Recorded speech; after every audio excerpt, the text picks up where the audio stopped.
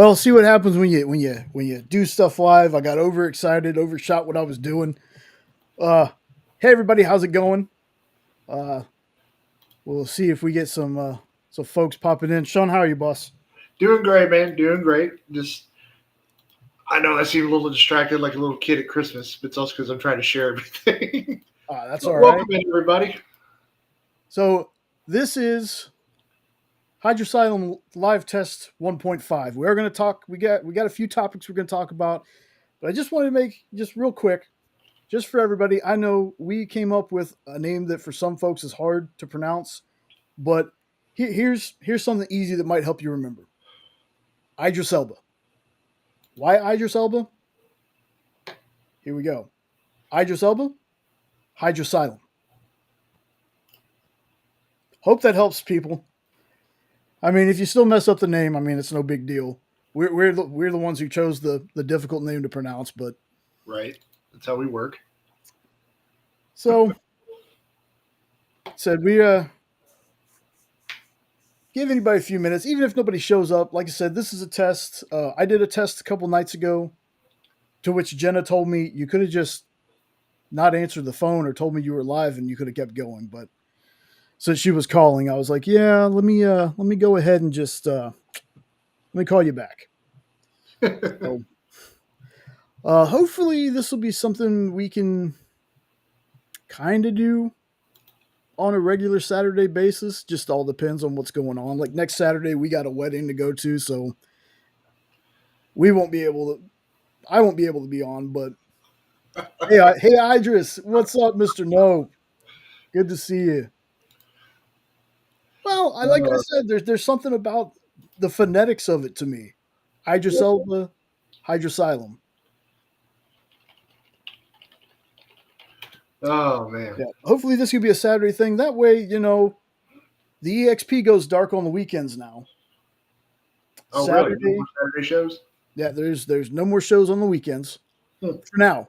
For now. That always can change. So I was like, you know what? This would be a perfect spot for us. We won't be cutting into, my work. Sundays are kind of my work days, not only for the experience to get my clips done for the week, but yeah, but also is when I try to do my videos and my shorts for Hydrasylum. So I was like, you know what? Sean's usually off on the weekends For now. for now. See That what happens this now. could always, yeah, this could always change. 'Cause to be But perfectly honest, come oh, end of October. Oh, what's up, Mister Scott? Mister Swilky Smooth himself, writer extraordinaire. Check out Bad Bug, folks. People Yes. watching on the rewind, make sure you check out Bad Bug. Great That, stuff. Milky Way Galaxy. I'm telling you. yep. Keep an eye out because Jack Frost is fixing to come to Kickstarter here soon. I Mm, cannot wait. If you want, Scott, feel free to put in the chat. Let us know when we can expect that to come on to Kickstarter. yeah, if you can. If, So, true. unlike last time, I ended up having a couple of notes just so we don't go completely. Well, we got to be on the rails at first to go off the rails. So, just so we don't fly off the earth, I did make some notes about some stuff we're going to talk about. So, first thing I want to do is I'm on a review show. Some of you know on the experience called Minute to Skim It with Miss Jen and Kyle, and we got a couple books. Now, one of these books I didn't read for the show, but I got to read it later, and it's amazing. And it's actually going to be the first book that I'm going to talk about. But the third one I'm going to talk about, you'll see Monday. I got something dropping Monday. But I want to talk to Sean about this. Sean has not read any of these books that I'm about to show. Um, so let's see if I got this done correctly. Perfect. Next couple of months. All right.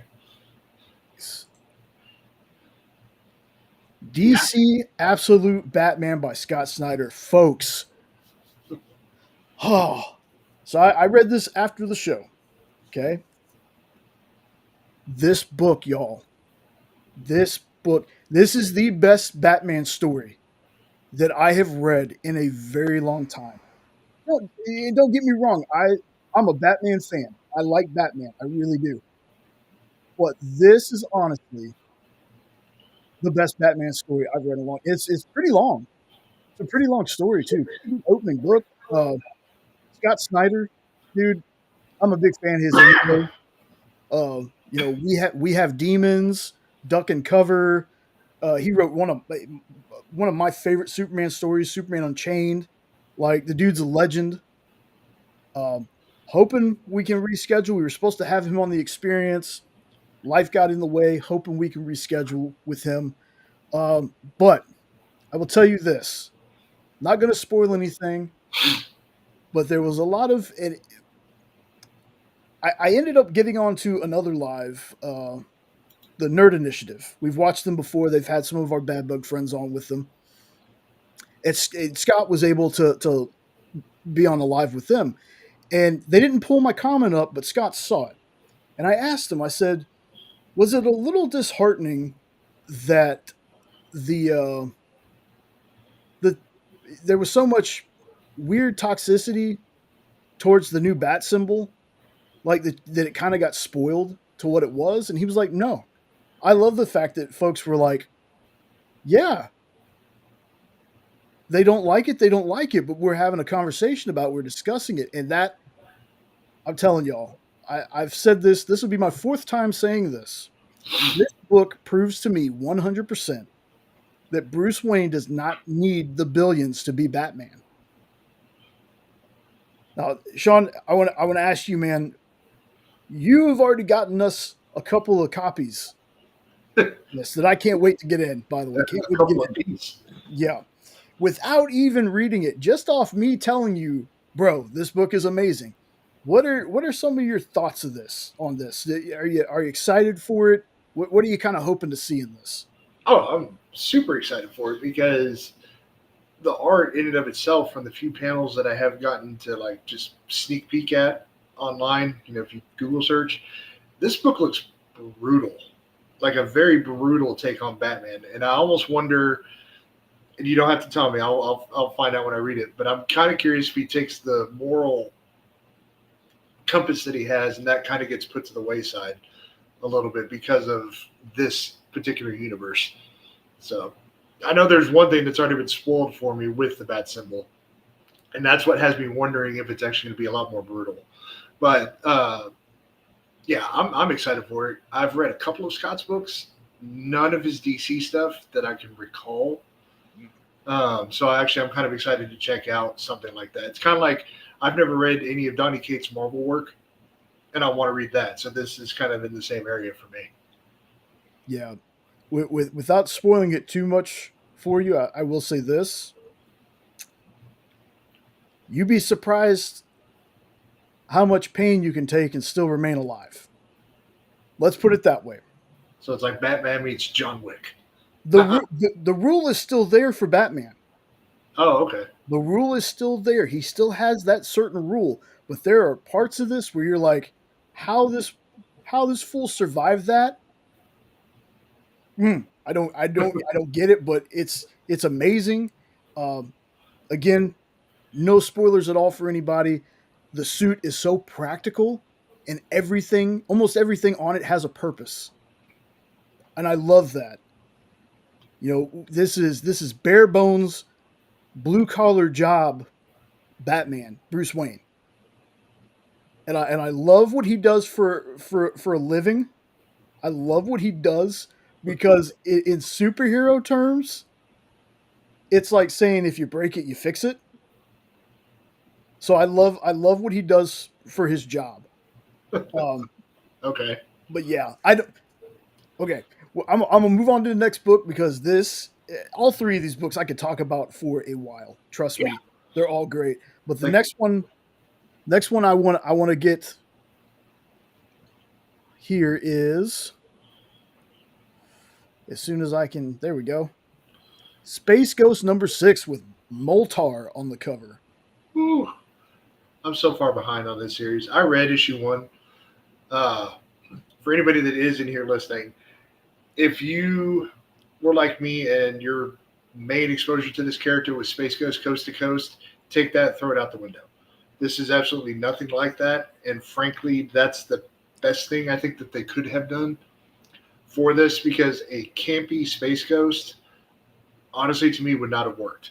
Getting a Space Ghost that's very much like a Batman or Stephen Amell's Green Arrow, that kind of tone, best choice.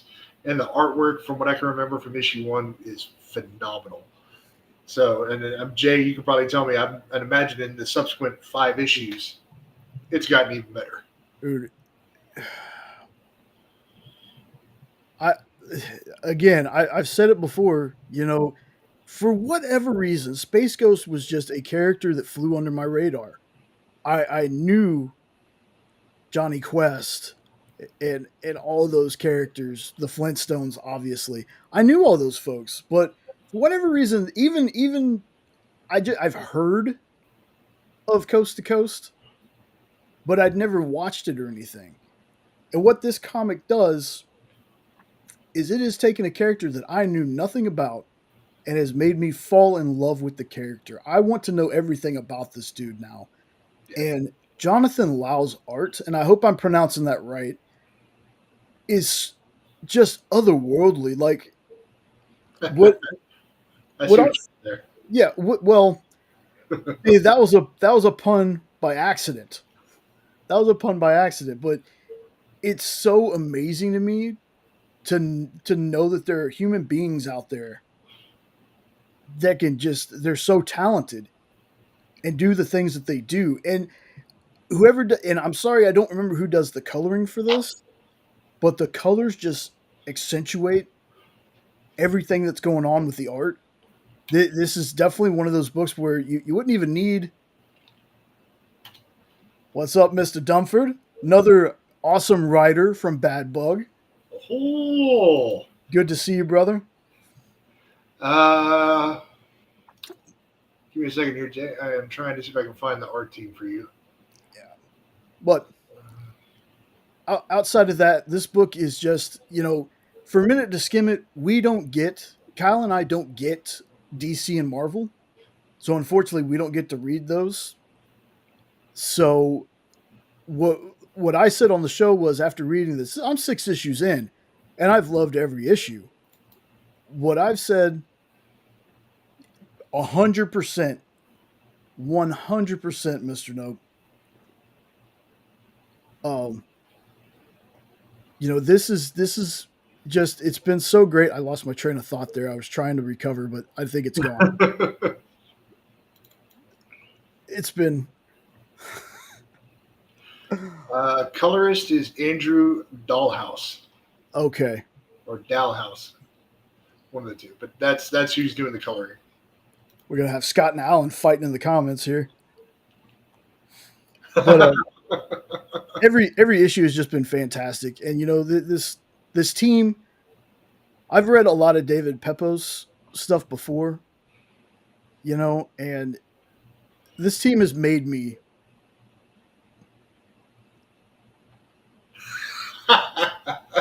love the comic. Alan, I love you, man. Too much sexy on the screen. Says the guy whose arms like destroy people's bandwidth. Right.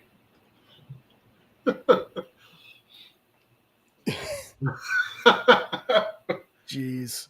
Also, Mr. Nope, yeah.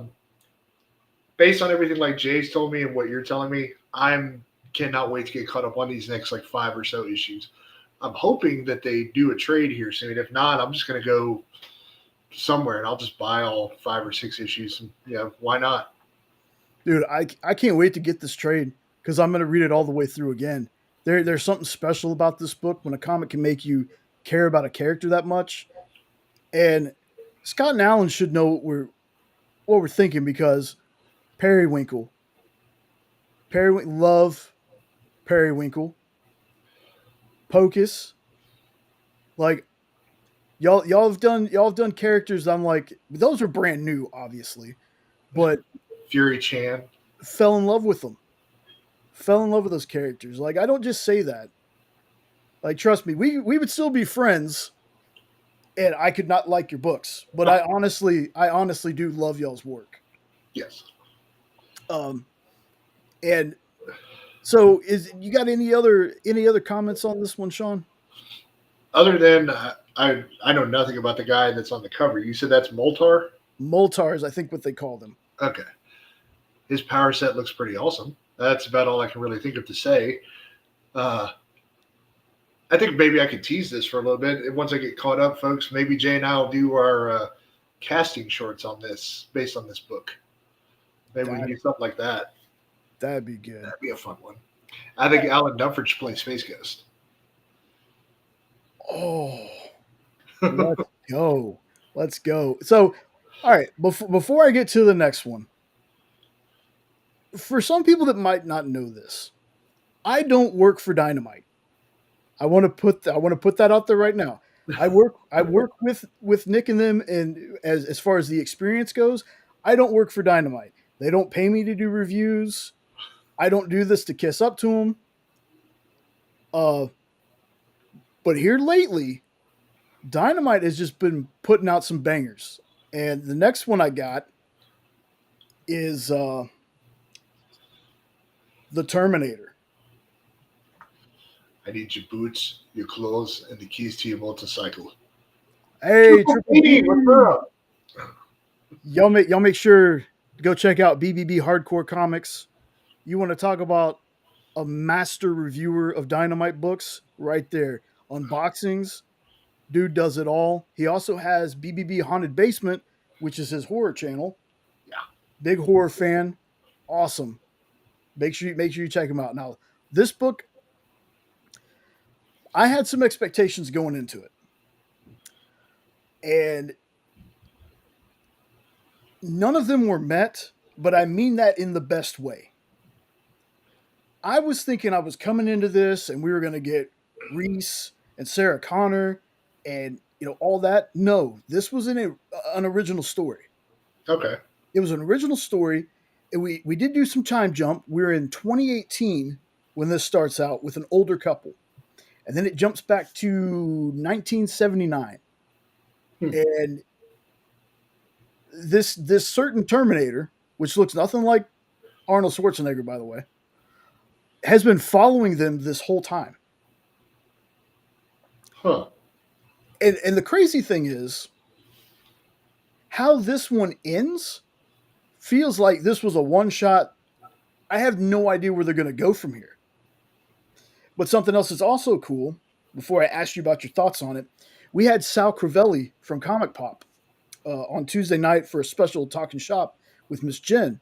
He actually writes the backup story in this. And the backup story is pretty interesting. So I would tell people, if you end up checking this out, make sure you're reading that backup story because it's really good. Huh. And Sal is a great guy. Check out Comic Pop too. He's a great dude, great energy, real friendly. He was really awesome.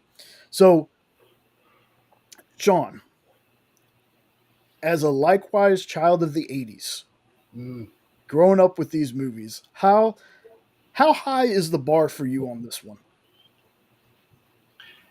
Well, if you're talking about just the two movies that were actually good, that would mean that the bar is real high. If you're going to throw in Terminator 3 and the stuff that came after, that'll bring the bar down a little bit. I don't know what to expect because from what I understand, there's a pretty big universe that's been built around this. And I didn't watch much of like the TV show that's the Sarah Connor Chronicles. I haven't watched any of the anime yet to see what they do. So I'm not really sure what to expect, to be perfectly honest. That might be a good thing. That could be a bad thing. Yeah, it's hard to say. Based on what you're telling me, that's not something that I would have expected at all. No. Like almost sounds like a nice alternate reality story, but yeah. I wish I was as definitive as I was on the other two, but I don't know what I expect out of this, to be perfectly honest. I hope it's a really good sci-fi type story though, because I do like my sci-fi. Right. And that's if they can at least give me that. I guess I'll ask this. Maybe you can answer this without spoilery. Mm-hmm. You say it's a certain Terminator character. So how much of the like is this a lot of exposition, Nope. or is this mostly imagery and there's not a whole lot of dialogue? Period. There's the exposition,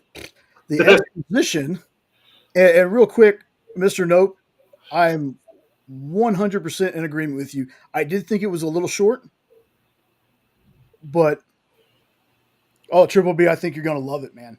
I think you're gonna love it. I again, I can't wait to hear your review of it. Um, there is some exposition, but it's very story driven. It's very story driven. You're gonna open this up and be like, okay, this isn't. And I'm not knocking Zenoscope. I'm a fan of Zenoscope too, but there's some of their comics.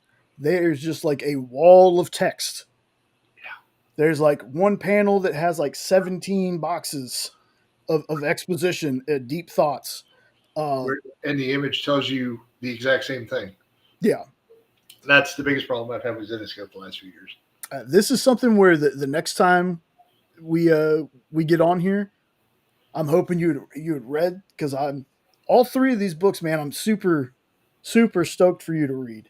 I really am. Like The good news is Batman should be here by Tuesday.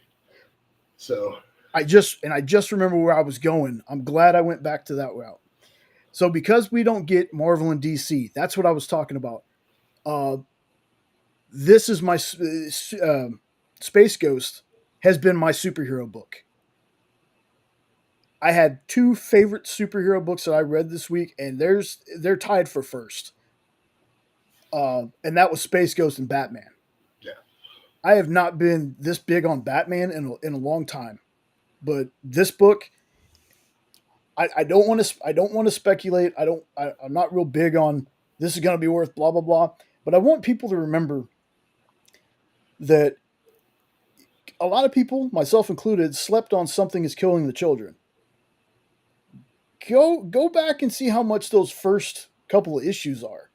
hmm as someone who tried to get 1 through 5 in the first print, It's, it's insane. I yes, have a feeling that this one is almost going to be the same, but I have that feeling about comics in general right now are just for me just doing gangbusters in my viewpoint. You got the Ghost Machine universe, you got the stuff Dynamite's putting out, and now you got this all-in absolute thing DC's doing. yeah. Uh, The Ghost Machine universe, though, give that a few years. Let Jeff build that up, and if anybody picks that universe up, it's going to explode. yeah, But in the text of comics, collecting wise, yeah, Jeff is doing something special over there. But Jeff is one of the best universe creators that I can. I mean, look what he did with the Lanterns in general. yeah, He took Green Lantern from being kind of a, what would you call it, a C-list character in some ways, and he brought the whole Lantern universe to the forefront and made it a big event. yeah. So, and now he's getting his chance to do this from scratch. So I think that, if anything, should show what Jeff's track record is. Real fast, I'm hoping everybody's liking the chat being on display. I Yeah, mean, you notice we're not highlighting your comments, but this kind of makes it easier on us to answer you. So hopefully people are digging this because I really love having this over here. that's my favorite feature. Yeah. So my notes that I had have disappeared, but Uh-oh. I do remember that you wanted to talk about, and I'm really interested to hear other people's opinions on this too. Yeah, This has not necessarily been debunked, but I don't think it's accurate at the same time. yeah. But Pattinson in the DCU, that rumor that's going on right now. What are Ooh, your thoughts on that let me sip my tea real quick. before you spill it? So, yeah, that's been kind of the talk online right now because James has been filling up most of the roles, yet we already knew Batman Brave and the Bold was coming, and yet he's done nothing with that universe. We don't even know when we're getting Lanterns, but he's already cast that, which we'll talk about here in a minute. So now people are just like, you might as well just bring Pattinson in as Batman because A, that first movie was really good. I don't care what anybody says. It was great. And then everyone is raving about the Penguin series, which I haven't watched it yet, but just from his portrayal in the movie is so good. My issue is though, if you're going to do that, what Brave and the Bold is supposed to be, do you now swap that to being the Elseworld story? Because you can't bring Pattinson in, and he's basically year one Batman, to being 40 some odd years old with a 10-year-old son, Damon. So you have to ask yourself: do you completely scrap Brave and the Bold? Do you, or you just make it an Elseworld story? I would like to see that because getting more of the Bat family on screen would be great. We've had one live action. Well, no, I can't say that. We've had two live action Robins because we had you had Dick in the original '90s, movies, and then we got the whatever who was on Titans, Jason. Oh, We got Jason on there in the Robin costume, and I don't think they ever brought in Tim. we hadn't watched. We hadn't watched Yeah, I'm not. That's the true. rest of it. I think they did actually bring in Tim. Okay, but even then, I think we even got the guy who was playing Dick Grayson on the show. He was in the Robin costume at one point before he donned the Nightwing costume. Yeah. So, but we haven't gotten that much stuff yet around it, and it'd be interesting to see a Damon Wayne Robin because he's been in comics for how long now? But he's a super popular character. So, but yeah, that leads to the question is like, do you bring Pattinson in because of how successful that has already been, or do you let that be its own thing and risk it overshadowing your Batman? Which I'm gonna go ahead and say something controversial right now.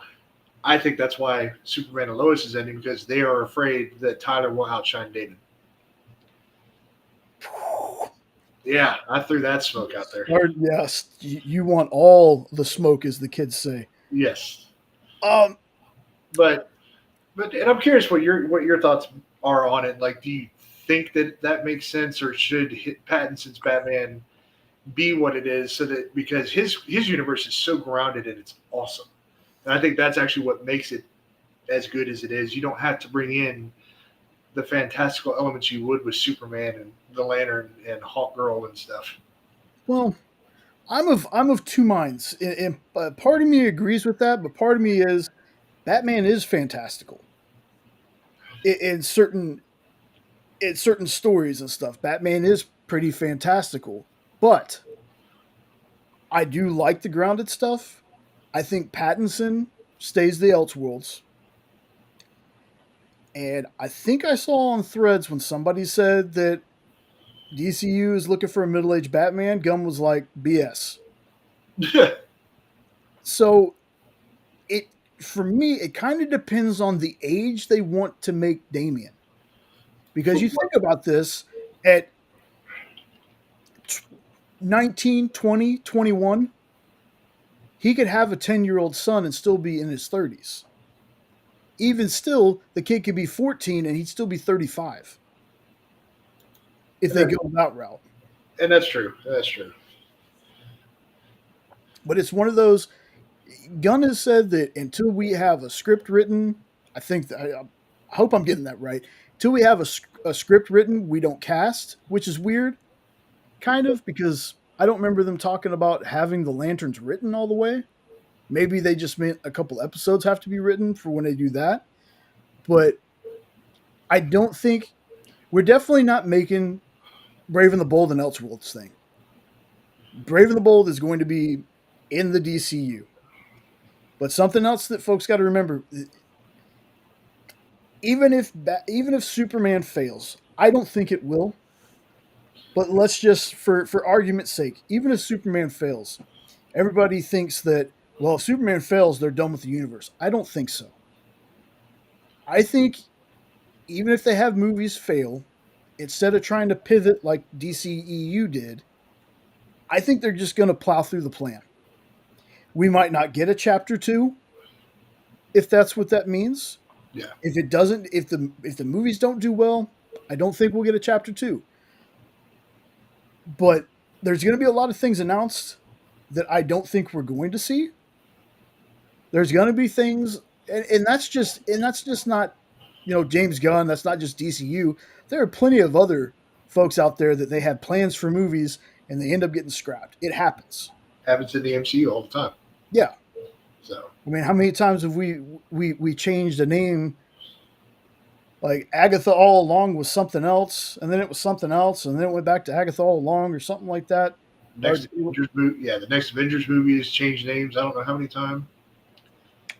hey, Lorena, thank you for joining us. Cool to see you. So, yeah, I I don't think we're getting Pattinson. I think he gets a lot of unnecessary hate. Like there's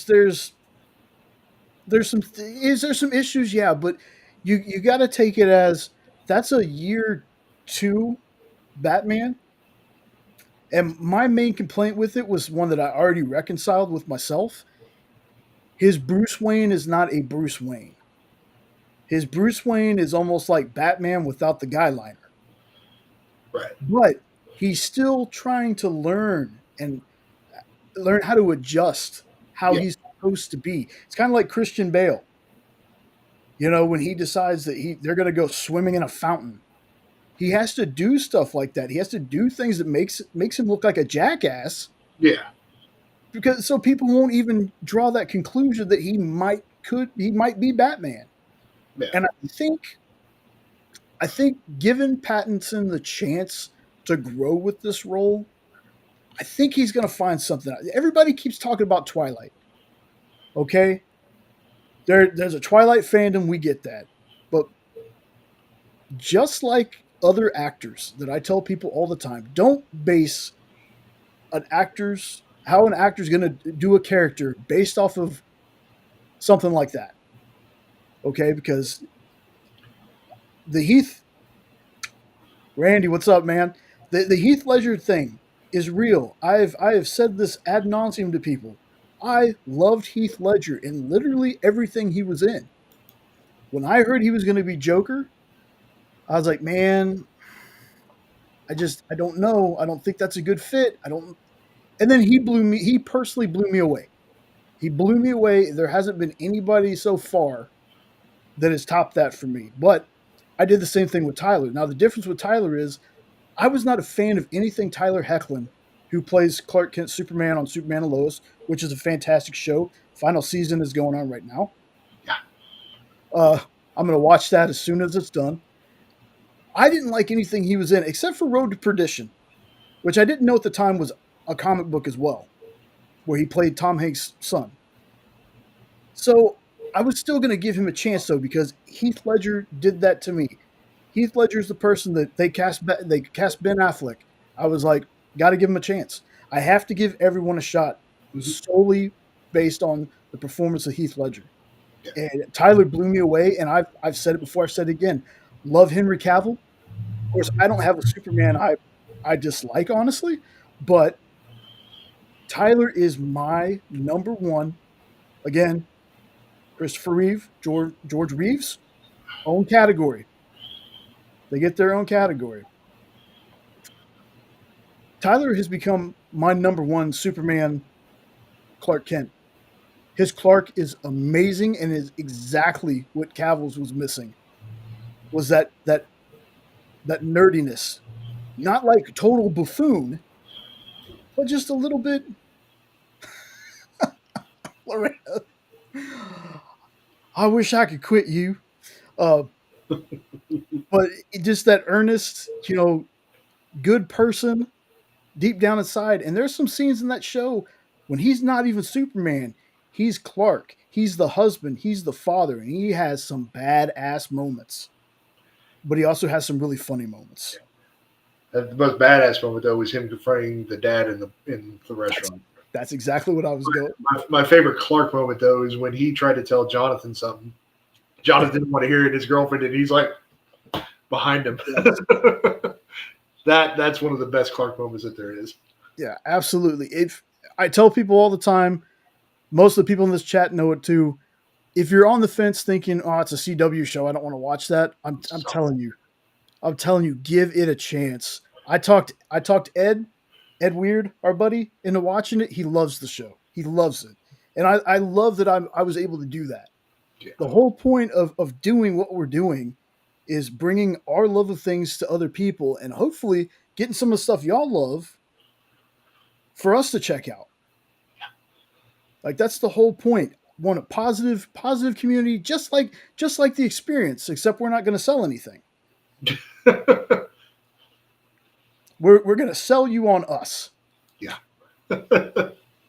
So that all that to say, because I ramble in regular videos. Live, it's even worse.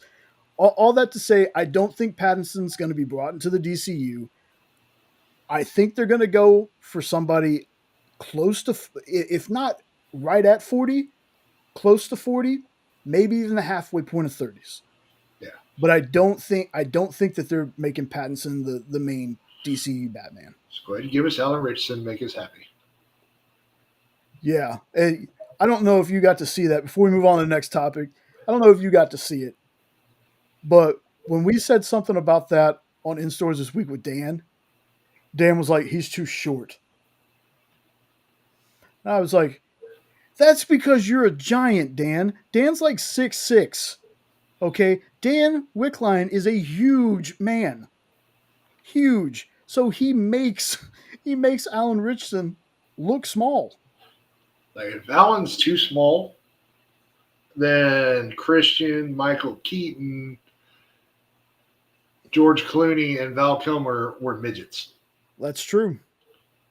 Because Alan is 6'4" or 5.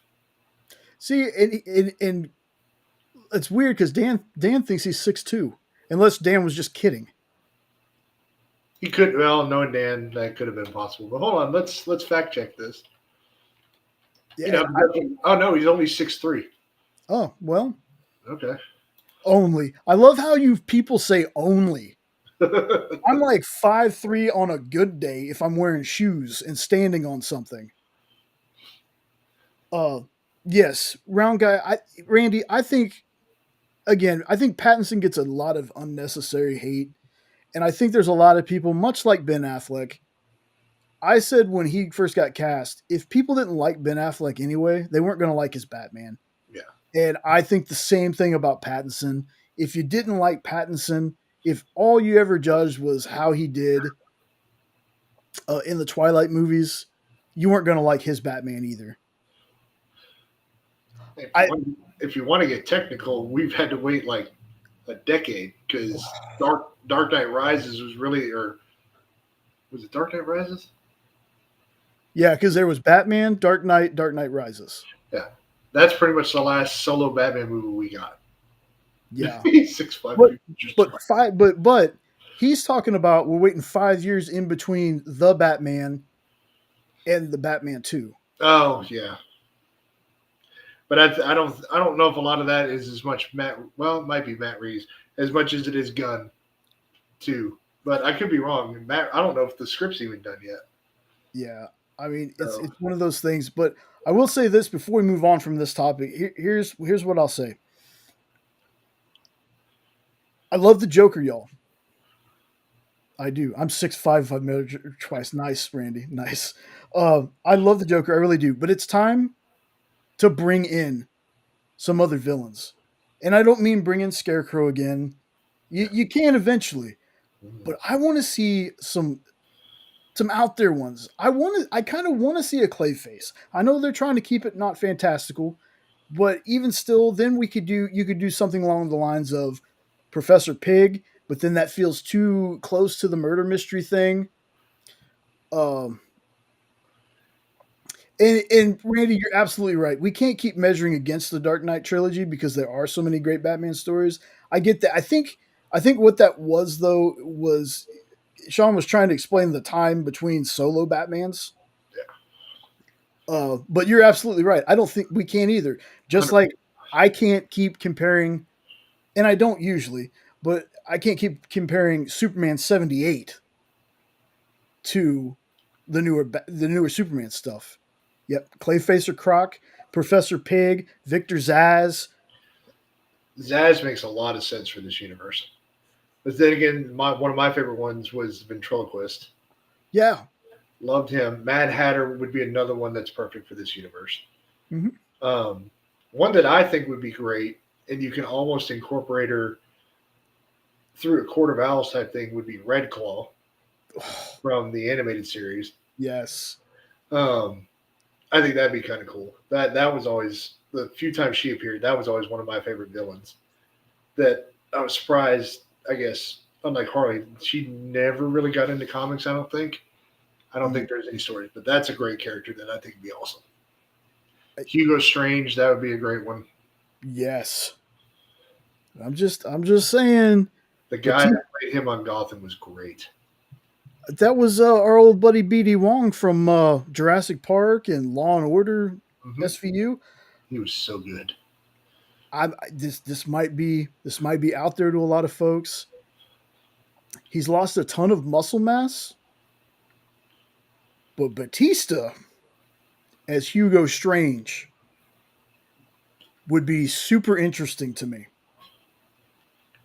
It'd give him a chance to be something different. Yeah. It really would give him a chance to be something different.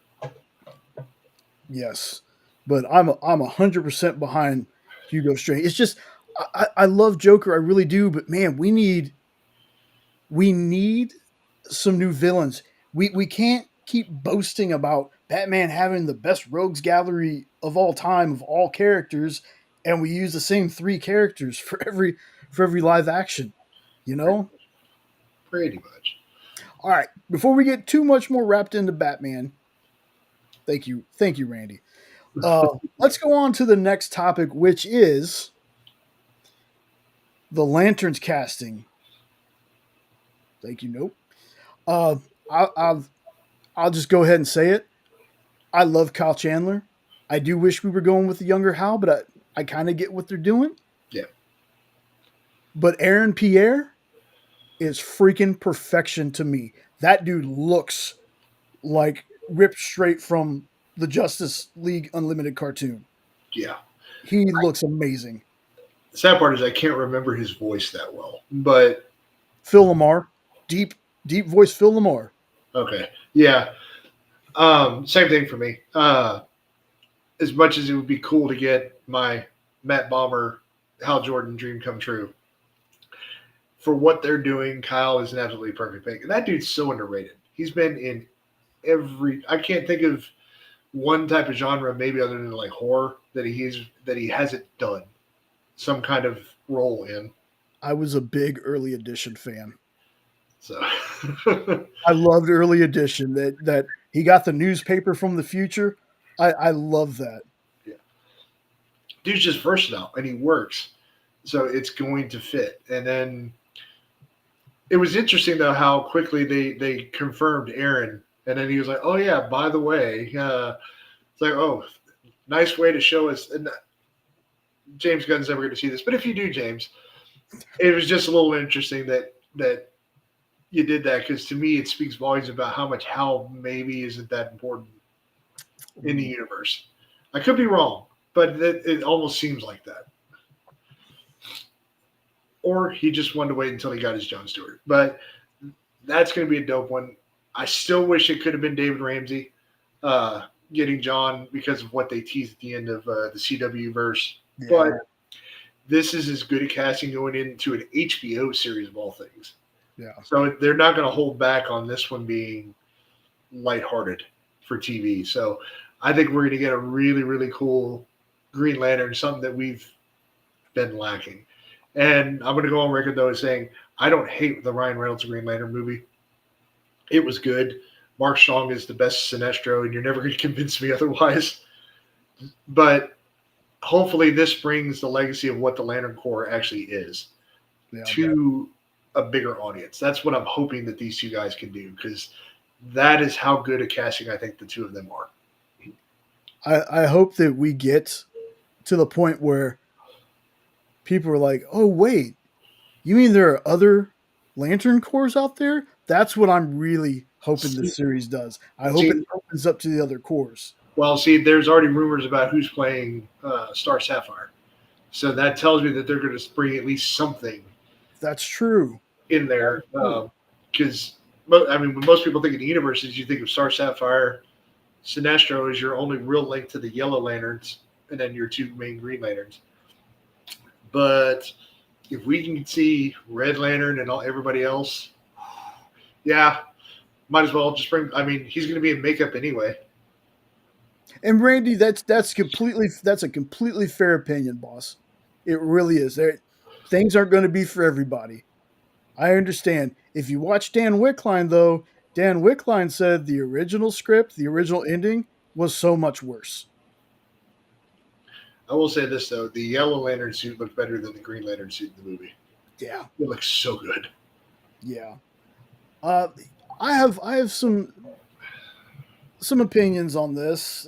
Not really opinions, but more like just initial thoughts. I've watched some True Detective before. I think going for that vibe is kind of cool since it feels like a lot of this is going to be Earth based. But I'm hoping that we at least get a few galactic scenes because for me, the DC movies had been missing. When they started the DCEU, I was like, you know what? When once Guardians hit, and I was like, y'all, people love Guardians. DC, it's time to go to space. Yeah. It's time to get out there. It's time to get off the ground. And, they didn't. So I'm hoping that the whole series isn't just them on Earth. There's a lot of rumors with this too that it's a lantern that's killed on Earth. That's why the two of them are investigating. People are speculating it's Guy Gardner if he doesn't die in the Superman movie. There's a lot of and these are all just rumors. These are all just fan theories. Fan theories are fun. Don't take any of this as fact. They're fun to read. They're fun to read. It's fun. It's fun to do this. Like it's great to see that people are excited to come up with like their thoughts and their theories about what's happening. I was watching another dude who he had a great thing about the actual chapter name. It's called Gods and Monsters. That doesn't necessarily mean good guys and bad guys because there are some monsters that are good and there are some gods that are not very good.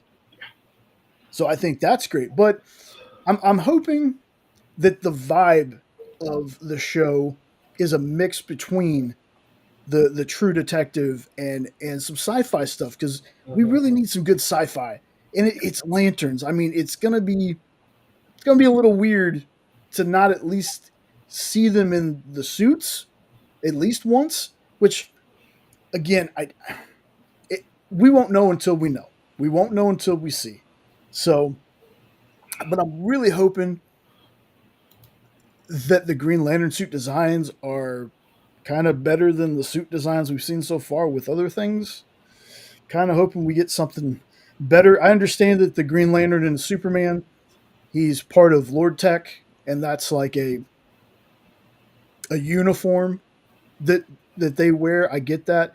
I'm just hoping we get something special with this because there's a lot of Lantern fans, and a lot of them do kind of feel gypped from the Ryan Reynolds Green Lantern. Yeah. So, but yeah, again, the casting. I think the casting's great. Um, again, y'all look up Aaron Pierre. This dude, he was in what was it was a Netflix show, a Netflix movie. I think it's called Rebel Ridge. Yeah. I haven't watched it yet. I heard it's excellent, but he's in that. He's the star. He's the star in that. Yeah. So that'll kind of give you a gauge. Um, so Before we move on to the next bit of note here, real quick, I hello there, Kai. what's Good to up? see you. I'm gonna address a rumor that I just read about, Mhm. and this rumor is about 11 hours old, so you probably know about it already. But for anybody in the chat who maybe doesn't know, there are rumors now circulating that Henry Cavill is in talks for a full-time MCU role. Just gonna put that out there. Is it a Wolverine? Is it Captain Britain? Is it something else? Don't know, but it's Henry, so I'm excited. I'm just gonna quick little rumor. Just gonna put that out there. Yeah, yeah. Nope. I got it. I But gotta that's agree with you. I I, can't take almost any of them except Mr. Fantastic seriously. oh, Kai, thanks for being here. You feel like you're new. I don't think I've seen that name ever, but this is only our second live. So And our thanks for first serious one. yeah, thanks for checking us out. Captain Britain would be a good role, but we did you did a fan casting once, and somebody told you a character that he would be perfect for, and I don't remember the name of the character. Was it Gladiator? It might have been Gladiator. Mm-hmm. I think I know who Kai is. Okay. I think that's our niece. Oh, okay. I think that's who that is. So okay. Uh, I I don't know it Triple B. I'm curious if they want to replace Hugh or not as Wolverine, given how wildly successful that movie was. But I'm not opposed to it for the X-Men universe because they've got to bring the X-Men in there, and I'm not necessarily opposed to Cavill being full-time Wolverine. not at all. There's something that I said a long time ago before we even put videos on the internet. The one thing I talked about last time was I was hoping for a DC Studios back in 2018. Yeah, But the other thing I said was WB drag their feet with Henry.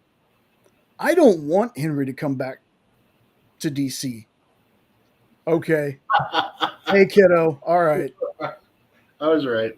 Okay. Hey, I just remember that because of yeah. Okay. okay. What's up, kiddo? Hey there, kiddo that's in my living room right now. I don't want Henry to come back. They dragged their feet with him. They decided after BVS that they really didn't want to do anything with him. So if Marvel's going to use him. Yep, And I think Deadpool said it best. I think they will definitely treat him better than DC did and be behind him. yep. I mean, if I can't have him as James Bond, then give him to me in the MCU. I don't think James Bond for him is ever going to happen. I know, and it sucks because I want him to be. I want him to be Bond so bad. I'm honestly like I don't know who you follow Daniel Craig with, but that's for a whole nother live. Yeah. Whole nother live because our next topic is something that Jay brought up to me earlier, and this is a thing for me because I do the voice so well. But it's the live action Stitch. And I know Jay's been anxious to hear my opinion on this. So as far as how he looks, I love it. I actually like the thing. I like that it looks like it's the same. Love you too, sweetie. Uh, I think it sounds like it's the same person that did all the voice for the movies and the TV show. So I'm good with that. Here's my reservations. Almost every live action adaptation that Disney has done of their movies has been not so great. And that is where I'm scared. I hope that this is good because Lilo and Stitch is one of my absolute favorites. As per I've got a Stitch shirt, a Stitch hoodie. Y'all bought me a little Stitch hula figure Mm-hmm. that I've got here in the apartment. That was a gift for Christmas and for the apartment. So, big Stitch fan. We all are. So I hope, for the sake of that, it is going to be good, and Disney can finally kind of take that aura off of their live action stuff because I haven't seen any of them yet that I liked. Yeah. And real quick, Triple B may be too sexy. Maybe too. Mr. Note, because I'm Yeah. not. The Uh, Witcher. that's that. I guess there's something I'm missing there with what happened with Witcher. I thought he left because he was going to be Superman again. So There was some other things that they didn't want to follow the source material, and Henry Cavill was he's a nerd. He's kind of the poster child for us, but just ridiculously hot. Uh, It's the accent. It's all about the accent. I don't know, but and they they turn that into, well, Henry Cavill's actually a toxic misogynist because it was a lot of female writers and people in their writing room, but I don't think that that's the case. I think it was just Henry didn't want to do things that was going to stray from the source material because let's face it, he kind of did that with Superman. He loved playing Superman, but he wanted his version to be more like the version people talked about. Yep. But And he never got to be he that. never got to. So this was kind of his shot at doing, something on the source material. And there, yeah, created differences behind the scenes because they wanted him to do stuff that he was like, that wouldn't that wouldn't happen. And I've said it before, you know, sometimes subverting expectations is okay, but to do things different just to do that, like years ago when they were going to make the Gears of War movie, and they were like, "Oh, it's going to be an alternate Earth Sarah," and I was like, "Yo, people don't even know about the regular Sarah. Right. Why are And you going to do an alternate timeline?" yeah. And you're going to sit here and people are going to go try to look at the source material and be like, huh? Yeah, Work. we want to,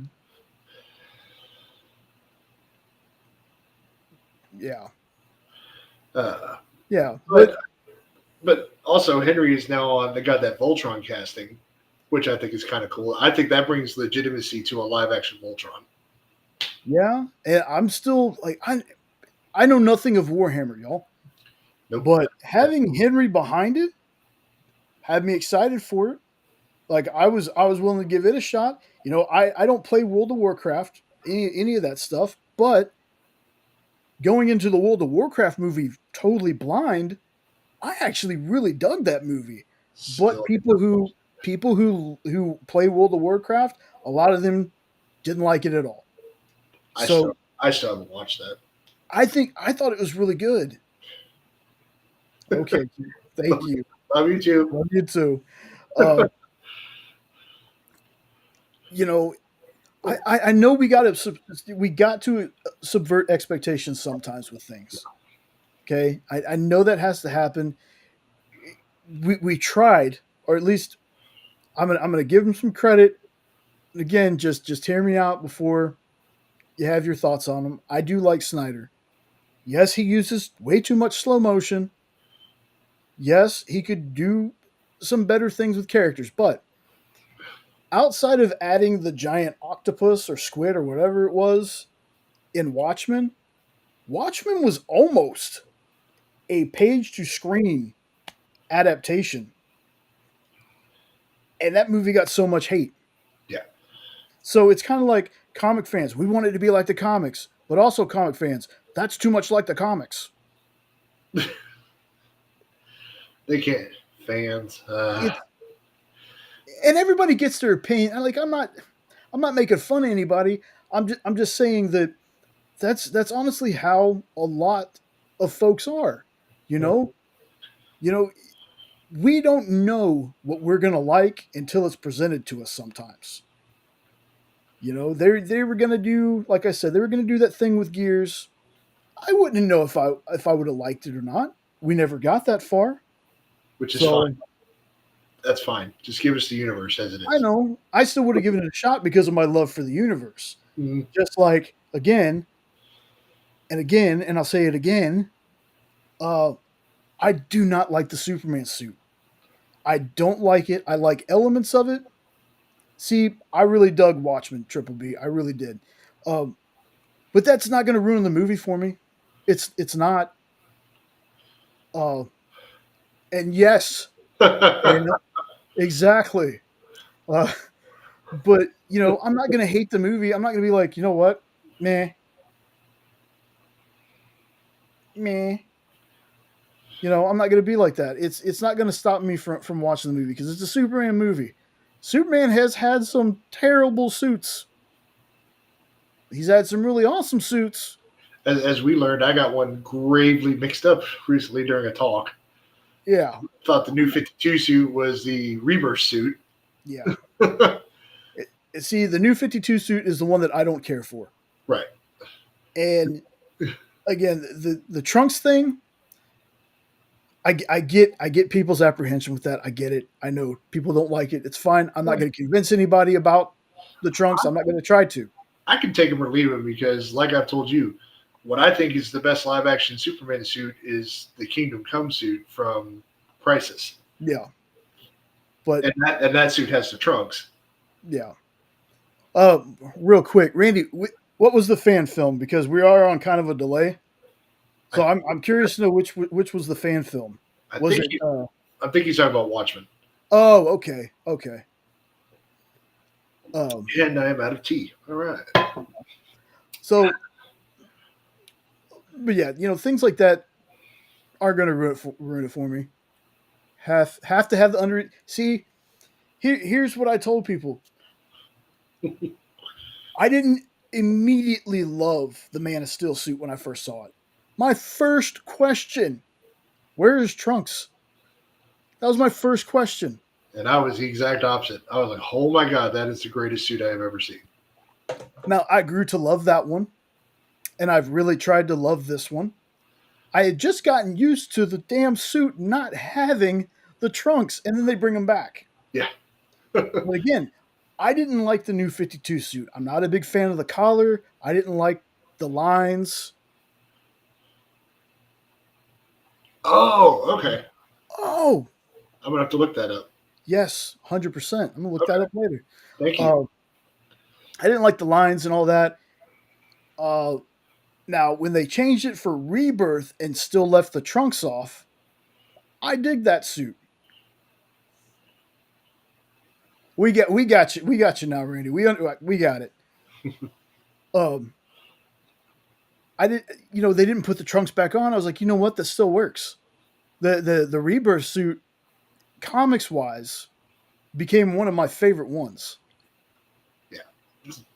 Same. And I guess you figure when I got into comics around that time was when Rebirth was really starting. So maybe I just associated that that's why the suit was like that because all of the DC animated stuff, I don't think his suit had the collar on it. It was Uh, it was there was. there was okay. Yeah. It's been a while. So I couldn't remember if he had it. I know he never had the trunks, but I couldn't remember if the collar was there in every movie or not. So Yeah, there was one. It had the collar with the red ring that had the little V cut right here in it. I wasn't a fan of it. no, But that I can understand for sure. but real quick, let me run and grab it.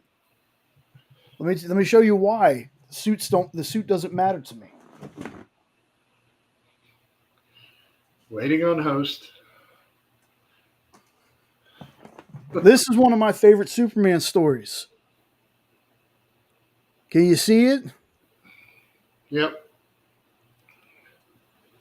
It's that suit. But it's one of Superman Unchained is one of my favorite Superman stories. I need to borrow that from you one day. Yeah, so Randy, speaking of that, so Jay and I kind of we kind of came up with a plan. We found a store that has most of the covers for the Absolute Universe. So what we did is we each bought two covers each, where we've got a reader's copy, and at least for me, my other one is going to be a Get Signatures copy, and I'm going to do the same thing with Absolute Superman. So I get paid. I get my paycheck next week. I'm going to order the same thing with Absolute Superman and probably get us Absolute Wonder Woman at some point. Yeah. So, Yeah. but I can't wait because I honestly have not read much DC, but I've avoided Superman and Batman like the plague for some reason. Kind of like I did with X-Men. Yeah. I haven't read a single X-Men comic really. And I need to get into it because obviously these are the big characters. What was I? So these are like the biggest characters. They're the ones that are going to get the movies. There's oftentimes where you'll explain stuff to me from a movie and I haven't read it and I just Yeah, don't know it. So I need to understand their mythos a little more. So I need to borrow Unchained from you for sure. yeah, and we still have a box of got to have a box of comics missing somewhere because I can't find my All Star Superman.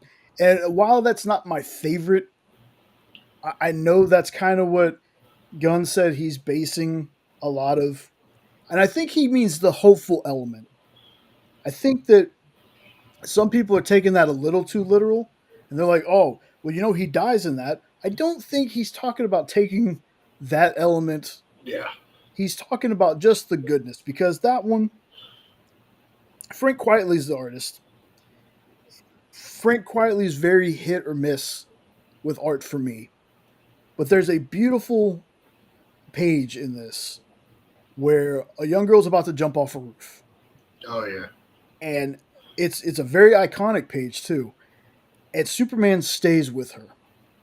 And I think that's the element that James Gunn is pulling. He's not pulling the actual story. Yeah. I still need to finish Red Sun, but All Star Superman is good. I just prefer Superman Unchained. To be honest, the only solo Superman stuff I've read was that Superman Earth One that I have. So, so Mr. Nobe, if you want Jim Lee's covers for Absolute Batman and Superman, go to Third Eye Comics website. They have Jim Lee's variants. So if you want them there, go to Third Eye Comics website and you can get them there. I mean, maybe because that book is selling out places, man. I think you hopped on it at the right time. Oh, okay. Well, I mean, I'll check for them right now, but like that's because that's what I ordered was the Jim Lee Absolute Batman cover, and I'm doing the same thing with Superman. So you keep rambling while I talk. See, you want me to keep rambling while you talk or while you type? Yeah, I don't know. Yeah, one of the two. Don't See, judge. I just got the A, but I also got that what was it foil logo cover. Yeah, that's what I got as well.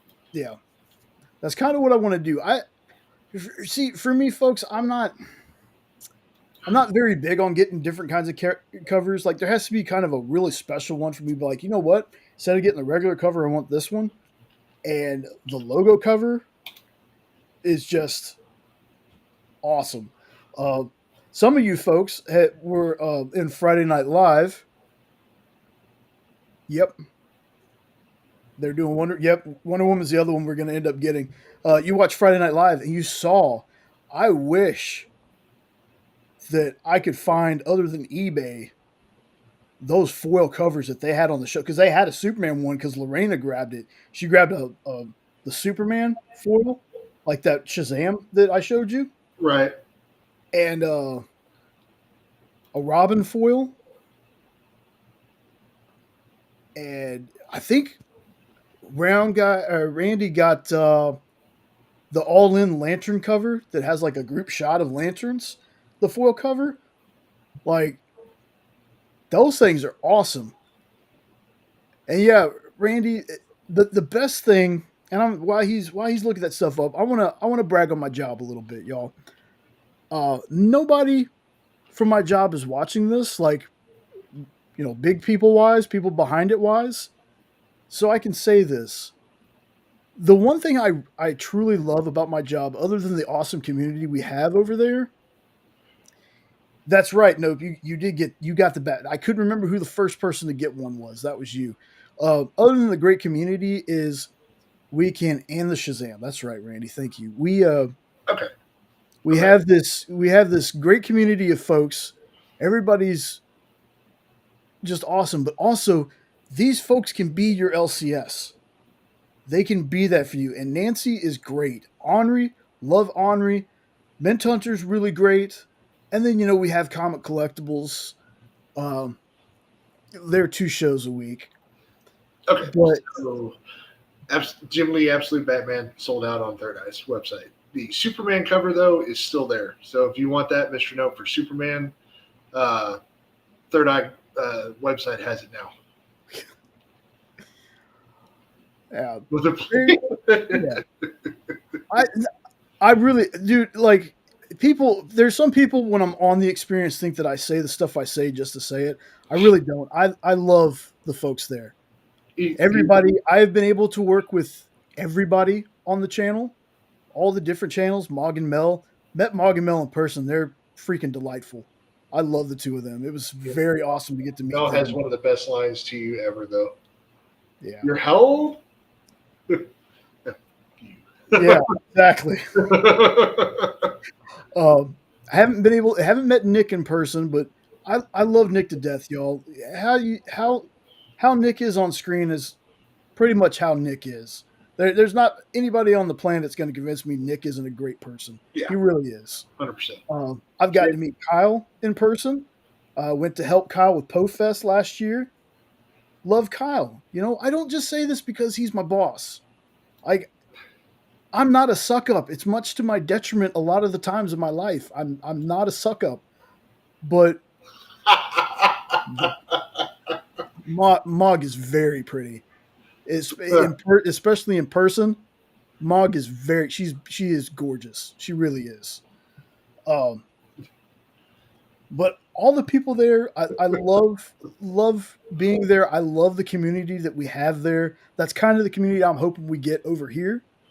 Um, just folks being nice and being positive and talking to each other like they're friends.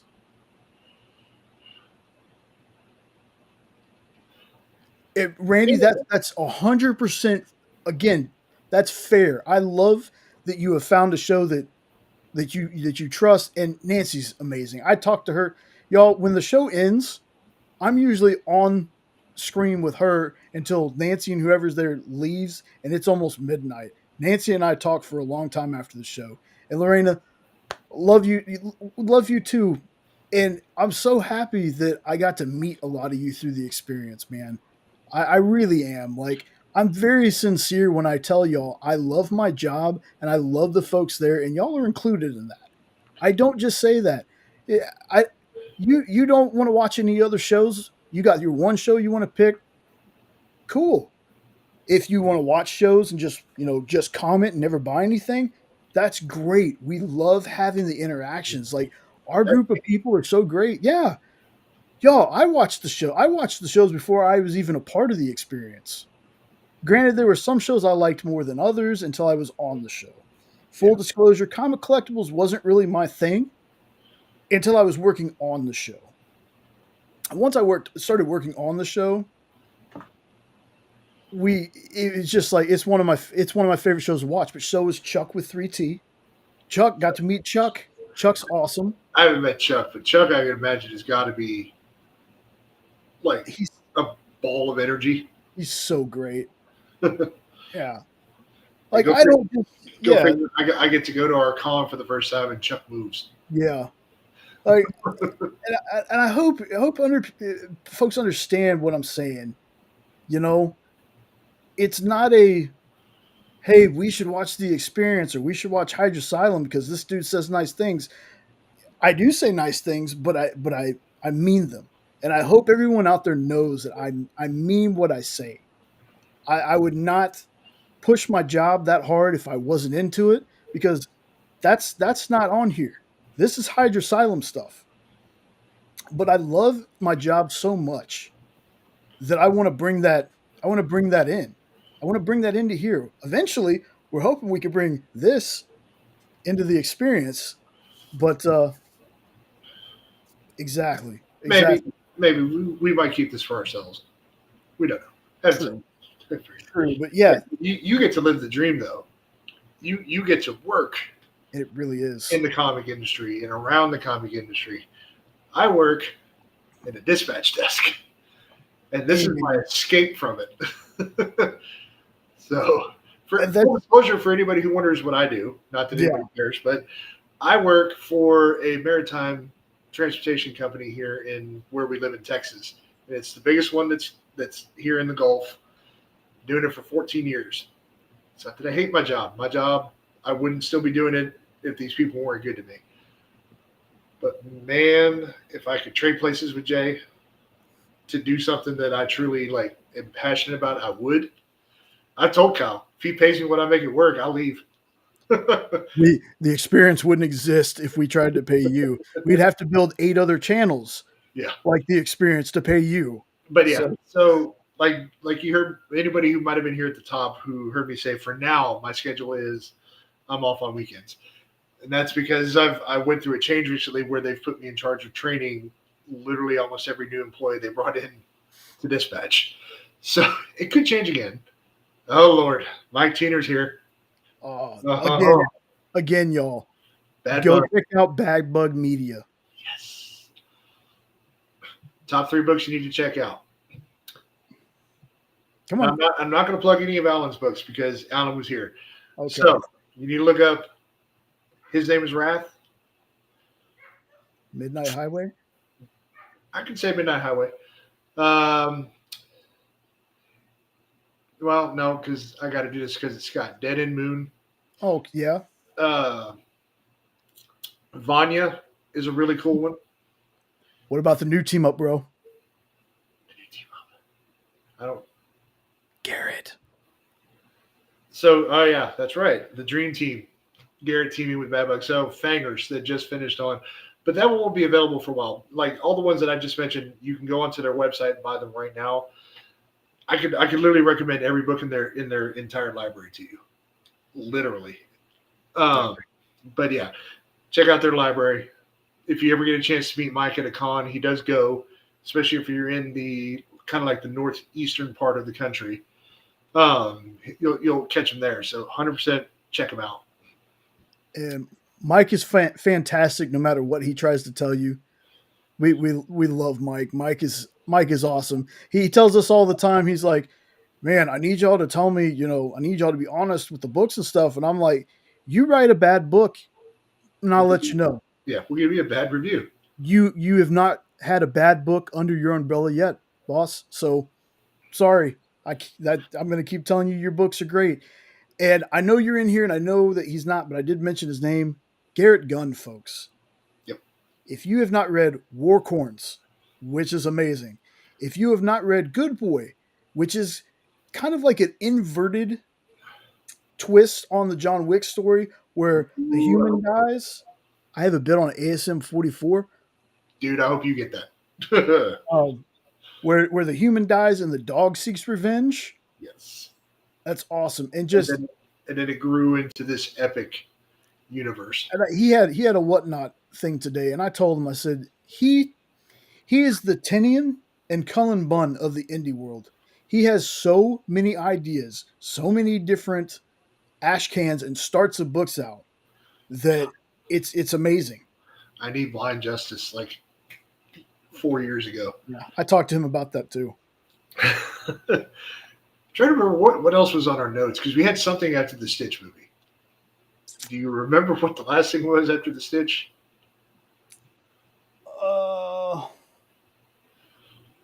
No. And I wish I knew. My comics are not in order, Mr. Nope, or I'd show you my Good Boy Omnibus. That thing is beautiful, but my comics are not in order. And again, I don't think I have all of them unpacked. So, damn, I wish I did so I could show it to you because it's nice. Yeah, Jay has all the Good Boy stuff because I do not. Who is looking for the Good Boy Omnibus? Mr. Nope. All right. Mr. Nope, I am going to sign into the chat here in just a second. I'm going to post a link because you can get it from Four Colored Fiend's website right now. So give me a second. I wonder if you can do that because you're a guest. We're still learning stuff on here, folks. Yeah, we'll see what happens. Because I know for the experience, it has to be the producer that puts stuff in the chat. Oh, okay. You want me to send it to you on Facebook real quick? Yes. Yeah, Okay. that way I can just go ahead and... One sec, sir. I got you.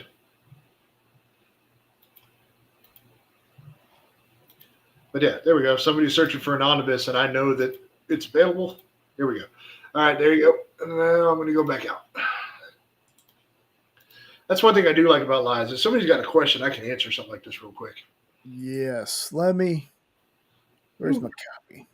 Right now, we're yapping about anything Garrett Gunn, any of Garrett Gunn's books. So if you've got a favorite Garrett Gunn story, feel free to drop it in the chat. That's what we're talking about.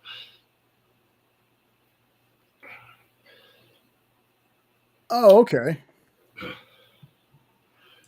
But I guess since we don't really remember what our last note was after Stitch, and I know we had something, but this goes to show what is your expectation for absolute Superman after reading the Batman story?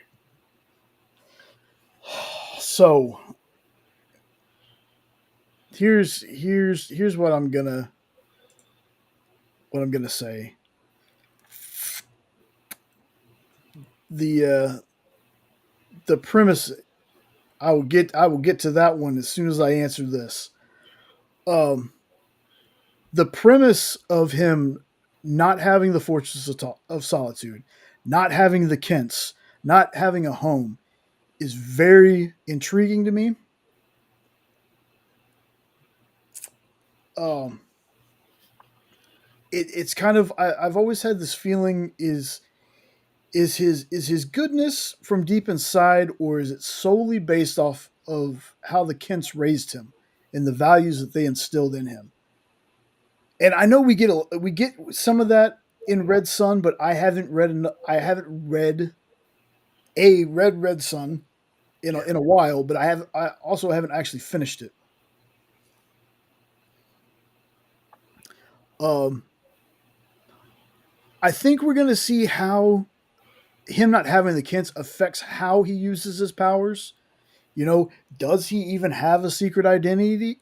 Blah, sorry, identity. There you go. Does he even have one, or does he's just Kal-El Superman 24/7? Does he? How did he even get the name Superman? Is that still a thing Lois gave him? Like, I got a lot of questions, and I think Grandma Chainsaw is an amazing love letter to 80s horror movies and slashers. Yes. And if you're into it, the title says it all, but it also does so much more. Yeah. So that's Top three greatest comic of all time. yeah, I said what I said. yeah. I said what I said. That's a top three comic all time for me. And not just because Alan wrote it. It's just that good. Yeah. I had that much fun reading it. So what do you think? What do you think about is Superman coming out next, or is it Wonder Woman? I can't remember the order. It's Superman. To be perfectly honest, and let me Google. Because honestly, it doesn't matter which one comes next. After reading Absolute Batman, I'm excited for all of them. Okay, so Absolute Superman does not come out until December. Wonder Woman.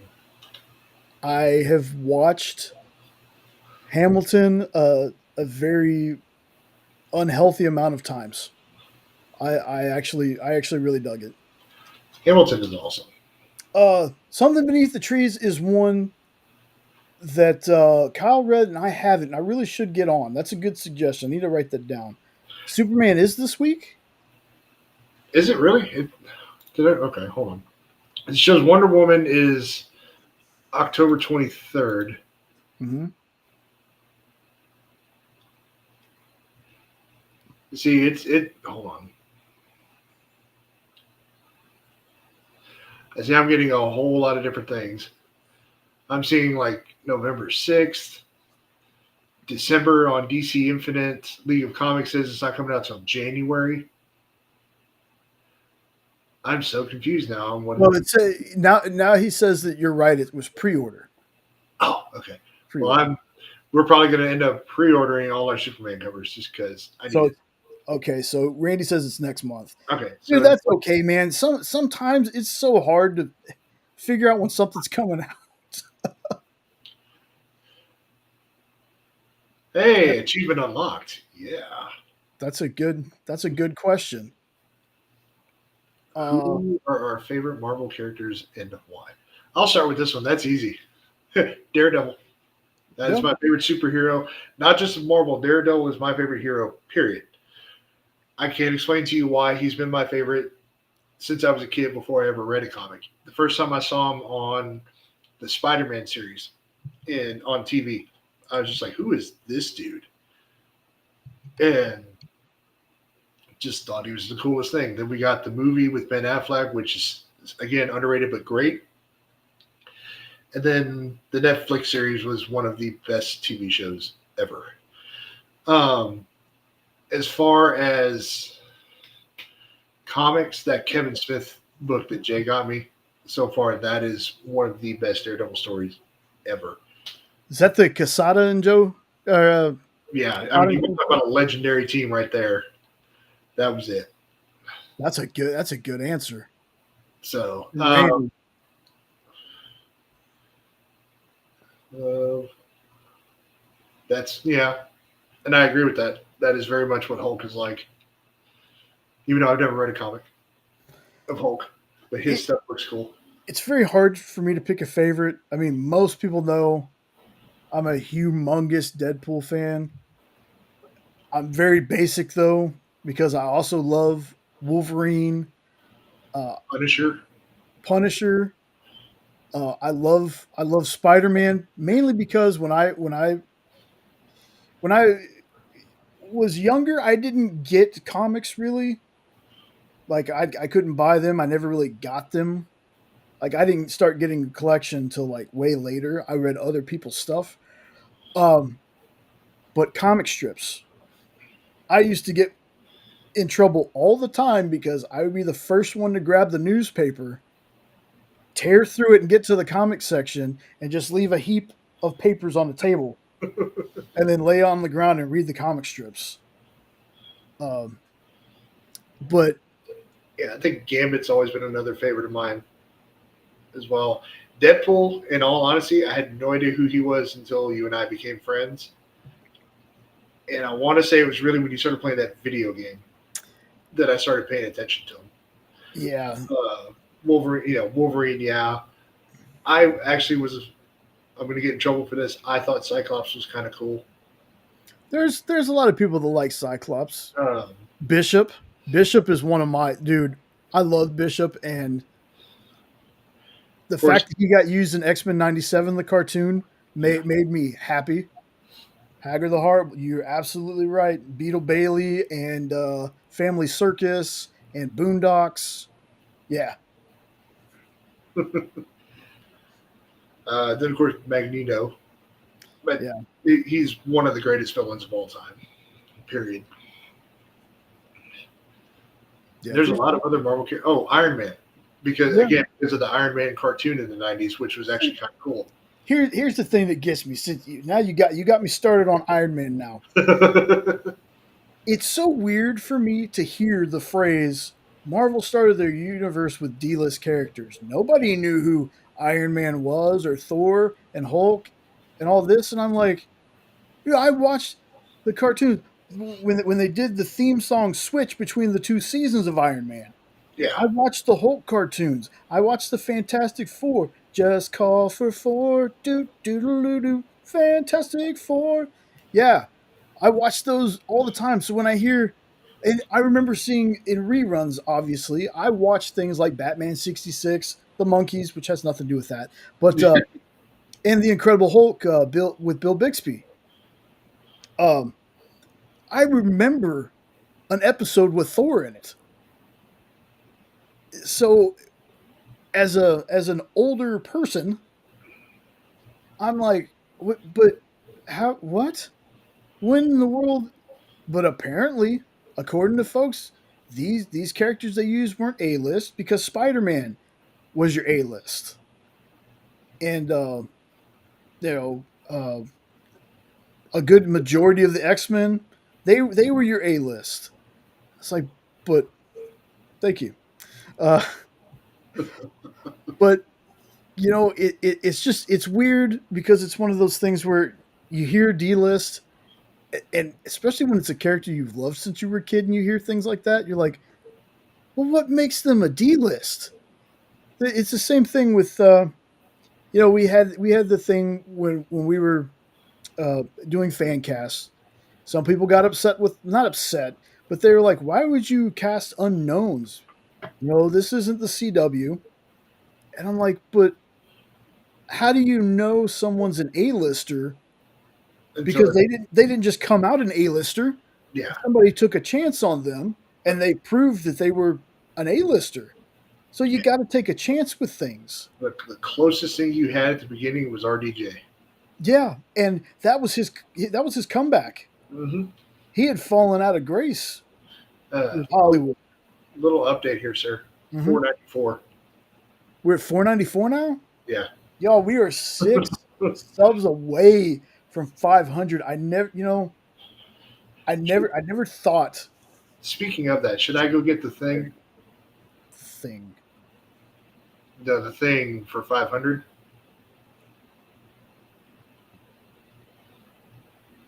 Yes, actually, you should. We're very close. Why not?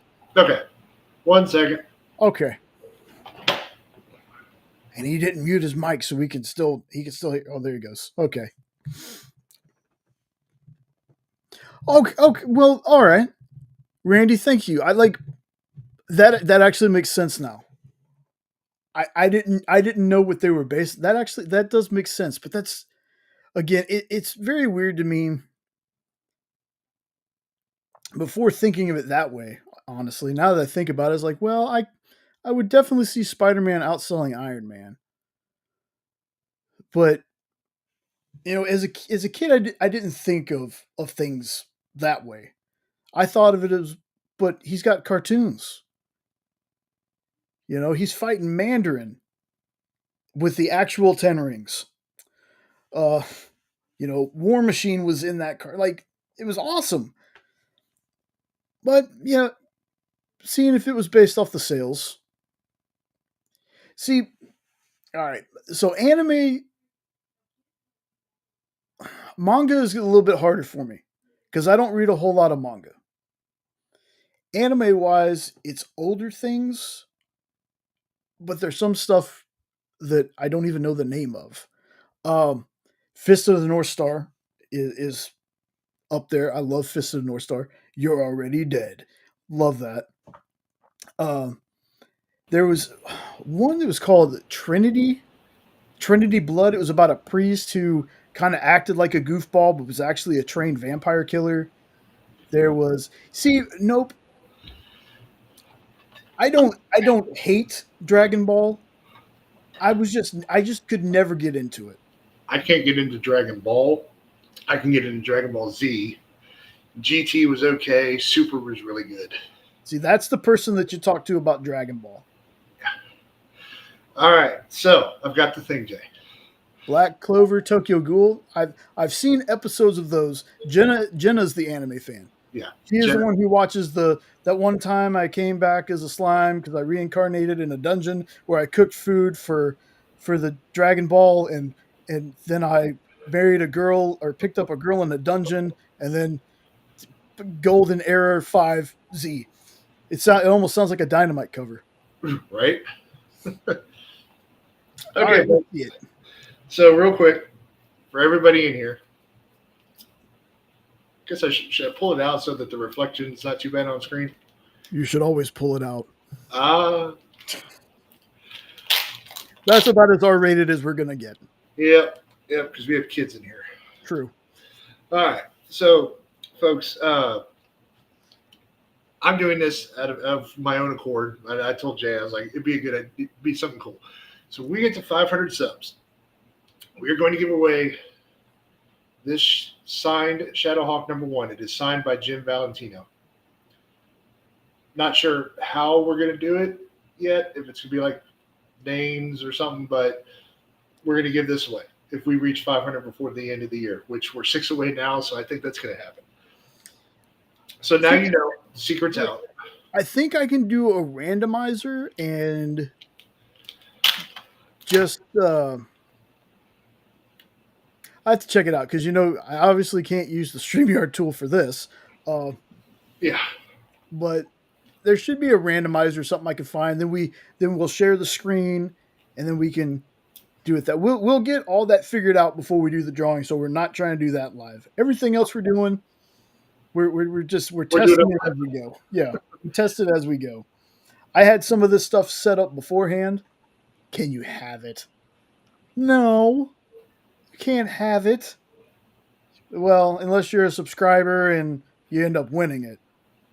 Yeah, But that'll be the only time family can win stuff. and even then, maybe And then I would just, we'll see. we'll see. You might actually get lucky because if you subscribe and you end up winning it, we're gonna give it to you, of course, But man, it's so weird. So I had four things in my notes.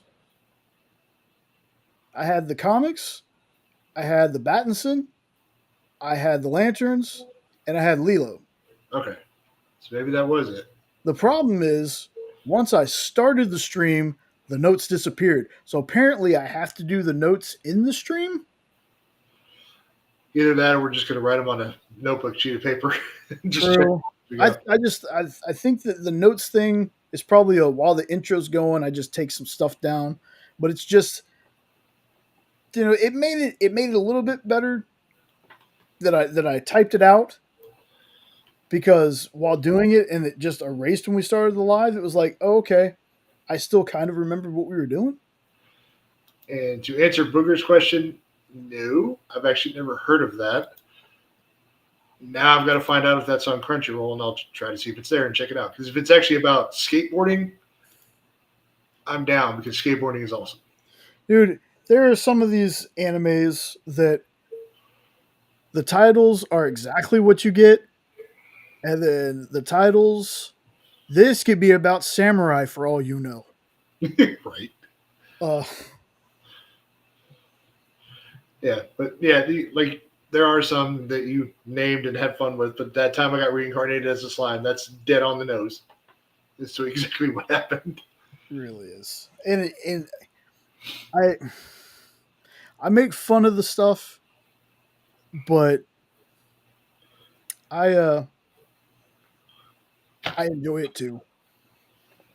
That's why there nothing I when I make fun of anime, it's definitely not mean spirited.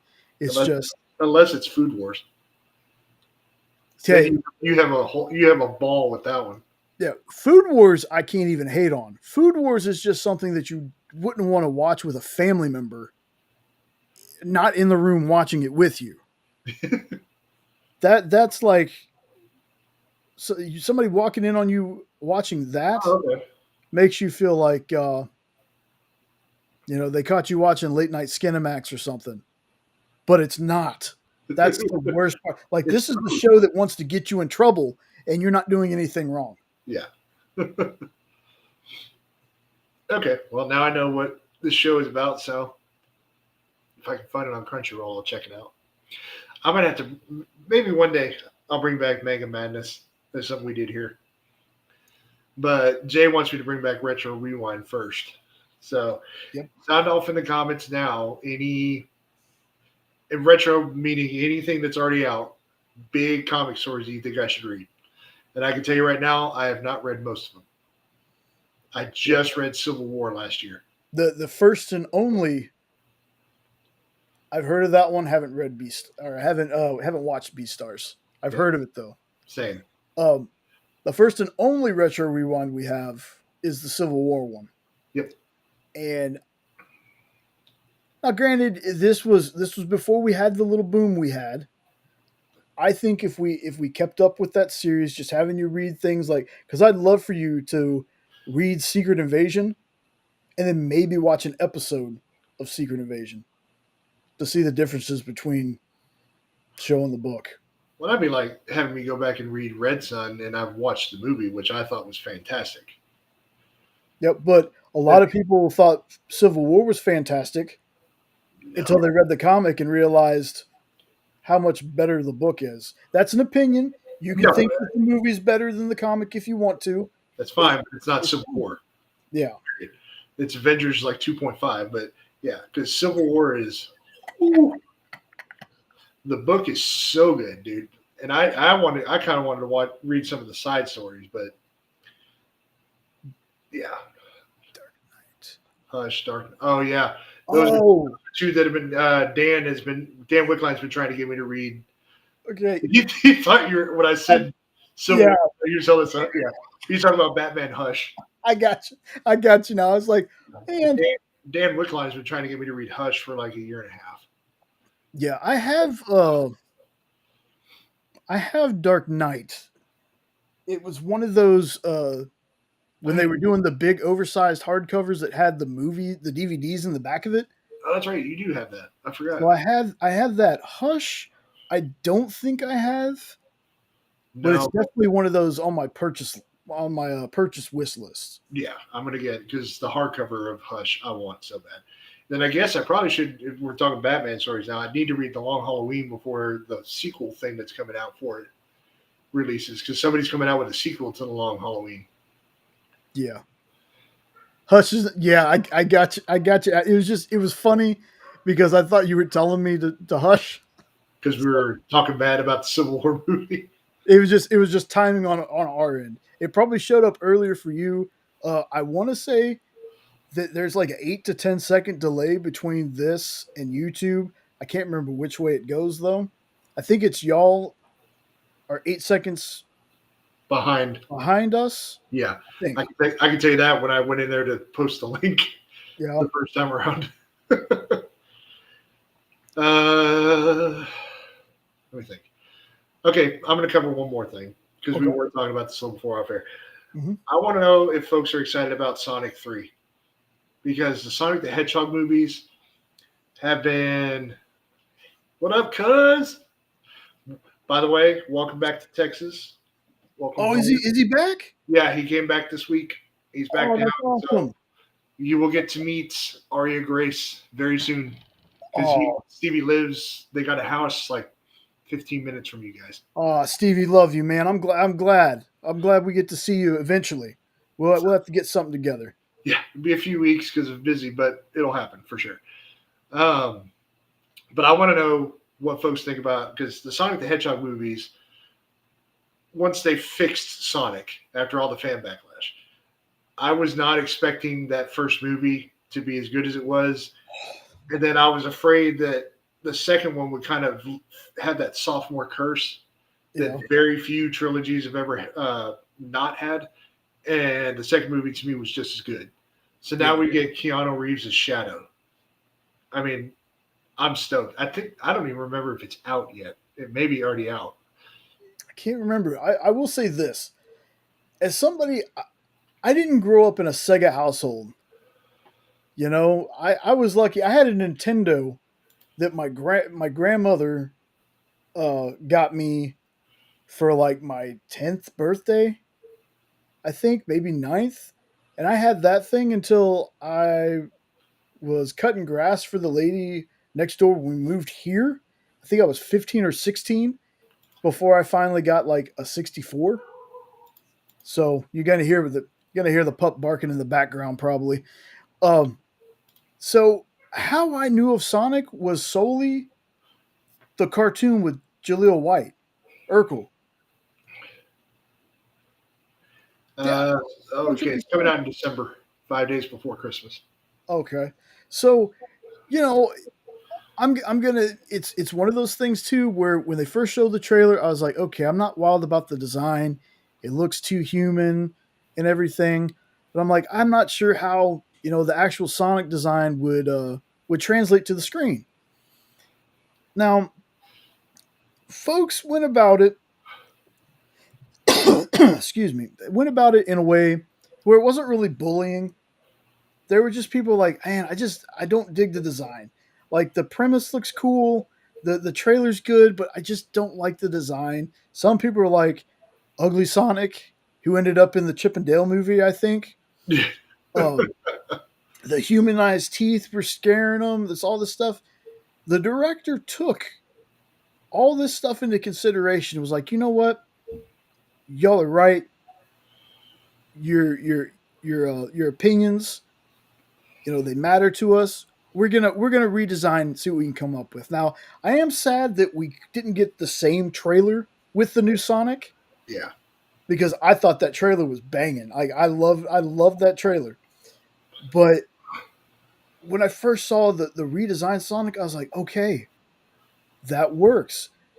Yep. And a part of me thought at first that maybe that's why the movie did so well, was that people were like, hey, this studio listened. You know, they didn't call us, you're going to get what you get and that's all you're going to get.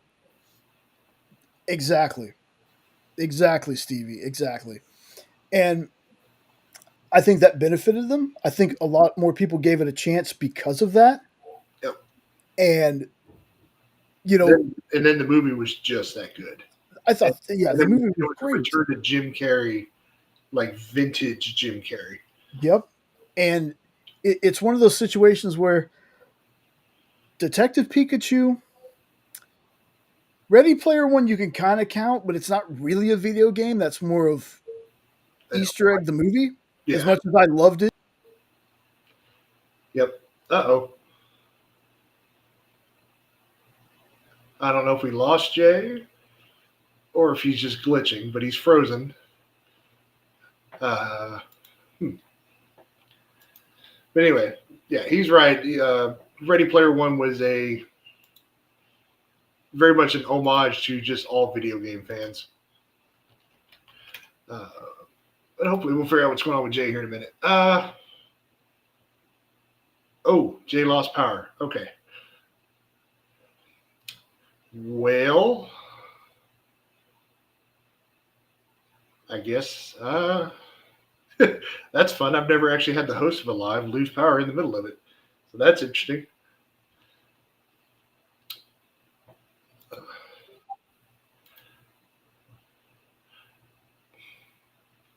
Jeez. Okay, so now I guess it's just up to me.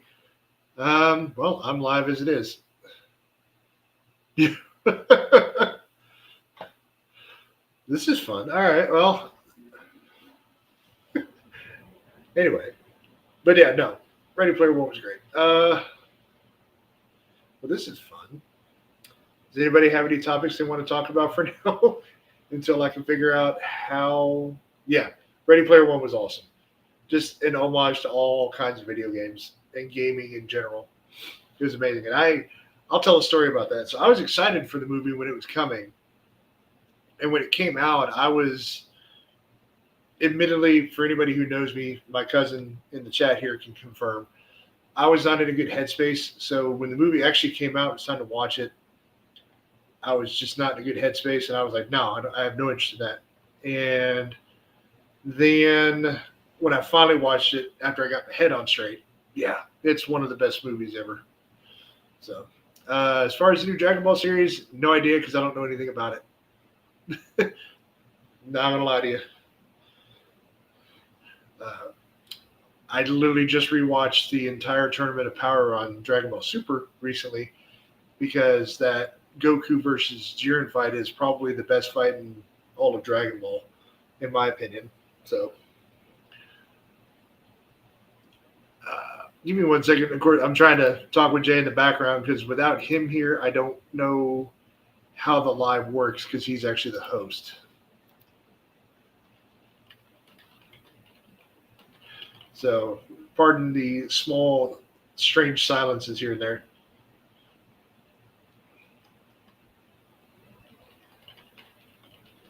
Anyway. Oh.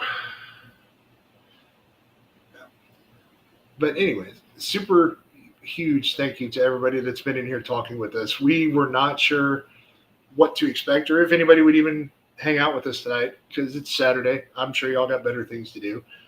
Unless you're a dad like Stevie, he's got to put his girl to bed, so he doesn't do anything but sit at home now.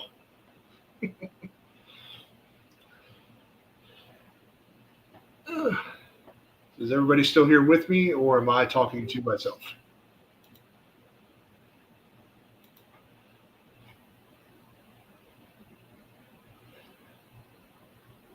Okay. Well, I will open up the floor then to like Round Guy, Mr. Nope, if y'all are still here. I know y'all were naming off Batman stories I need to read. What are some other big comic stories that I need to do? I know there's a lot of X-Men. I haven't read any of the actual Infinity Saga.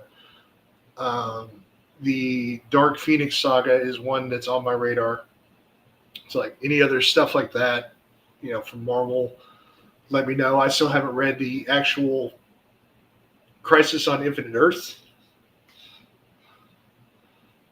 Oh yeah, for sure, Lorena. For sure. I mean, you can't be talking about comics and not have a good time. You got to have a great sense of humor. Just have fun with this. I totally agree with that. Yeah. Well, yeah. No, and Goku especially because Goku understood how to use emotion and how to channel energy into different things. Planet Hulk, World War Hulk. Okay. Which one is the first of those two? I always forget. Is it World War Hulk? Aha! He's back. So let me explain to folks what happened. So a we had this weird power surge in our guest bathroom with the exhaust fan. So now when the exhaust fan gets turned off, it knocks out half the house's power. It flips the breaker outside. Now we have a guest over and it's okay, and I hope she can hear me because it's okay. It was an accident. We didn't tell her. So when she shut it off, it shut the power off to this part of the house. Whoops. Guys, love y'all. It, Bye. it's all right. We're not mad. Yeah, not mad at all. It's okay. Accidents happen. We didn't say anything, so Yeah. Don't feel bad at all. we're But gonna go. I have read Blackest Night. Blackest Night is amazing. I have most of those You know what? hardcovers. I don't even want to talk to you right now about that, Jay. Okay? You still mad about that after all these years? I am still mad about that almost 10 years later. Yes. Flashpoint, the animated movie? Duh. That movie is so good. The movie really is good. I think you have some Flashpoint stuff too, but I have Flashpoint. I have one of the preludes to Flashpoint. I don't have Flashpoint Paradox and actual Flashpoint. The You world have of Flashpoint Batman. Yeah, I have the one where you get like the motorcycle thing. And then you, being the prick that you are, have a very pristine, probably didn't open it until like a year ago, collection of the Blackest Night and all the side stories in hardcovers that you bought for like $50 on eBay. It was almost 90, but still, And we could never find anything like that ever again. that was the best deal I ever saw. Yep. And I saw some earlier. Jay, do you remember like what Randy's saying? Is it Planet Hulk before World War Hulk in order? Yes, and I think that's also the order he likes them in too. I can't remember if that was him that said that or somebody else on the show. Okay. No. It was somebody else on the show because he was looking for a black and white World War Hulk #1 variant, I believe. Okay. He's trying to tell me which order to read them in. Okay, then yeah, it is going to be Planet then World. Because World is when he gets back. Okay. Yeah, Stevie, they're good. And I saw one on here from Booger. Opinion on Deadpool multiverse. Did you see that on here? Yes, I saw that. If we're talking about the last movie, what is there not to like about Deadpool Wolverine? We got everything you could have ever wanted. We got a Cavalry sighting, which we never thought we'd get. He came out of hiding. We all got the gambit we have been dying for since we were kids. And no offense to Ryan, Channing Tatum did look better. So, Yeah. But yeah. I have heard great things about Batman Offworld, and I know for some Jason Aaron is kind of polarizing, but I actually enjoy Jason Aaron's work. So I definitely want to check that out. Is he the one that is doing the Turtle series that I like the first issue of? Yes. Okay. Then I am apt to check that out then. Yeah. As far as the multiverse thing goes, I'm happy we got the movie I really am. But I'd like for us to chill on multiverse for just a while. Just just a little while. Like multiverse is going to become zombies and vampires pretty soon. True. Of course, granted, at least in this one though, they had to do it to get him in the MCU and whatnot. So now we've got him, and it's great. Okay. How do we all enjoy? Loved it. I hope I'm that good looking when I'm 90. Dude, Right. shredded to hell and back. I know. Channing for me was the highlight of the movie. Getting to be Gambit. I think if they make this more fabricy, Mhm. I think, or take it off altogether and I'm just good with do the hair. but he also they need to CGI the eyes. Yeah, Gambit's kind of black with the pupils. But other than that, it was as good a version of Gambit as you're ever going to get. Um, and of he course, was announced to be Gambit years back. I know. It's like, Years. So if there's anybody that missed some of those in jokes about him not even getting a chance to do anything or thinking he was born there, that's why. yeah, He's been oh I don't want to say it's a rock level of being cast for a character where you've been Black Adam for 20 freaking years. yeah. But it was close. It was probably somewhere 7 to 8 years. Yeah. Oh, yes. And Jenna is one of the only people that can still understand him. Yeah. Word for word, she could understand what he's saying. Yeah. And, and you know what? There's no offense because I really do like, and I'm going to butcher his name and I apologize. Marshall Ali. Um, there's there's only been one blade, and there's probably only ever going to be one blade, and that's Wesley Snipes. 100%. Let's see. I love how we all forget though about the TV show. One, get the juice to be rich, and hire someone to slap cookies out of your hand. Oh, that's superb. That is superb, Randy. Well done. But yeah, it almost feels like though that people forget about the Blade show. Yeah, Sticky Fingers was the dude's name, Sticky Fingers, and I'm trying to remember. It's been a long time because that was Spike. I think that was like a Spike TV show. Anybody else still out there remember Spike? Yeah. But yeah, I mean, from what I remember, I don't think the show was that bad. Oh, dude, there's people that praise that show to high heaven. Yeah. There's a that it's maybe not a Firefly kind of fan base, but it definitely has a fan base. Yeah. Well, just like the fans. Yeah, I think Ryan really listened with some of these casting choices. The weird thing is, good. I hope you enjoyed Grandma Chainsaw, and I hope you enjoy Umbrella Academy is really good too. I've not even Umbrella Academy, and I know that's a fairly big undertaking, right? 3-4 volumes of that one, if not more. There might be more. I don't remember exactly. It's Gerard Way's book from My Chemical Romance. Yeah. So, but yeah, the only thing that's been weird to me with the whole Deadpool Wolverine movie is if you go to IMDb and you're trying to look up, who certain actors are, some places will tell you, well, they replaced this person.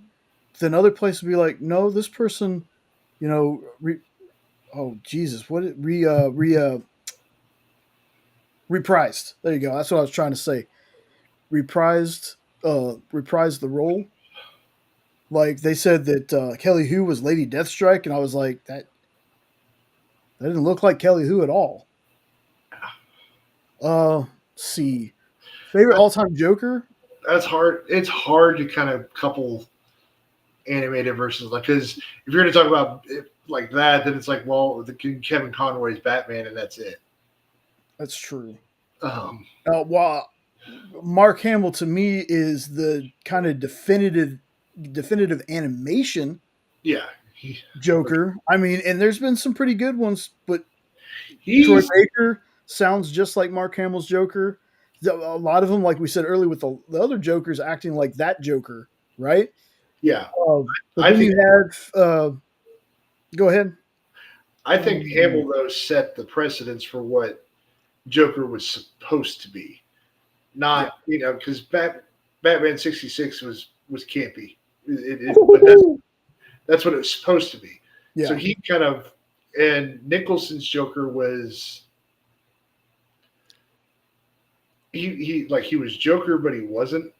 It Yeah. was weird. Like he was a gangster Yeah. basically, and I think Hamill set the precedent for what the Joker blueprint is, and I think even a lot of the live action people follow on to that in some way, shape, or form. So, um, yeah. Yeah. The crazy part though is when Mark came on to the Flash and played Toymaker. I think it was Toymaker. No, oh my goodness, because he was the same character in the Flash with the original Flash TV show. Trickster. Trickster. The crazy part though is voice wise, he basically used his Joker voice. Yeah. Yeah. Firefly was a good show. I will Not have to agree watched with y'all. a single Um, episode of Firefly. but Just then you have, and I can't believe I'm forgetting John DiMaggio.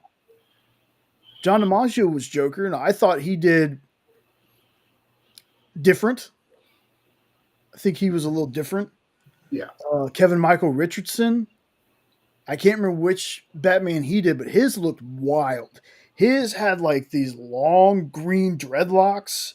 Like his Joker Oh looked yeah, I crazy. remember that one. Maybe that was Oh, was that the Brave and the Bold nope, TV show? it was either that or it was the Batman. I can never remember. Yeah, yeah, nope, it was Trickster. Give me one All second. right, Stevie, take care, brother. Love you, man. Thank you for being here. Pretty sure Wait, he was trying to say good night. nope, I think you might be right. Hold on. The Batman. Cesar Romero. Yeah. The funny thing, Yeah, I think you're right, Jay. I think it was the Batman. okay. See, the funniest thing about Cesar Romero was the refusal to shave the mustache. So they just painted it, or not painted, but you know what I mean. They just Yeah, put the makeup over the mustache. yeah.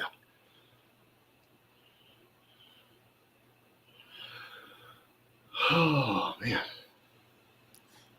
You Sad know, part is I'm gonna have to go back through the live chat later because I yeah, didn't write down anything. But most of these suggestions are big stories that I can remember. The hard suggestions for me to remember are all of Robbie's Fantastic Four ones. just ask him again. I hate doing that though because I don't want to think I'm not paying attention. I I'm know, not paying but attention. I Robbie's old too. Robbie's old too. Remember that he's a year older. He's a year older than me. Yeah, and Robbie manages to review 30 books a week, and we struggle to remember the book we read last week. Yeah, that's another person. That's right. That stash can't be defeated. That's another person, y'all. If you watch the experience, you know Robbie's with us on Monday for Comic Collectibles. Uh, check out Pop Culture Philosophers. Check out Robbie's review. Uh, the reviews that he does come on sometime after the experience ones. He drops them at random times, but he does us the favor of not putting them out the same time that we're having that show on.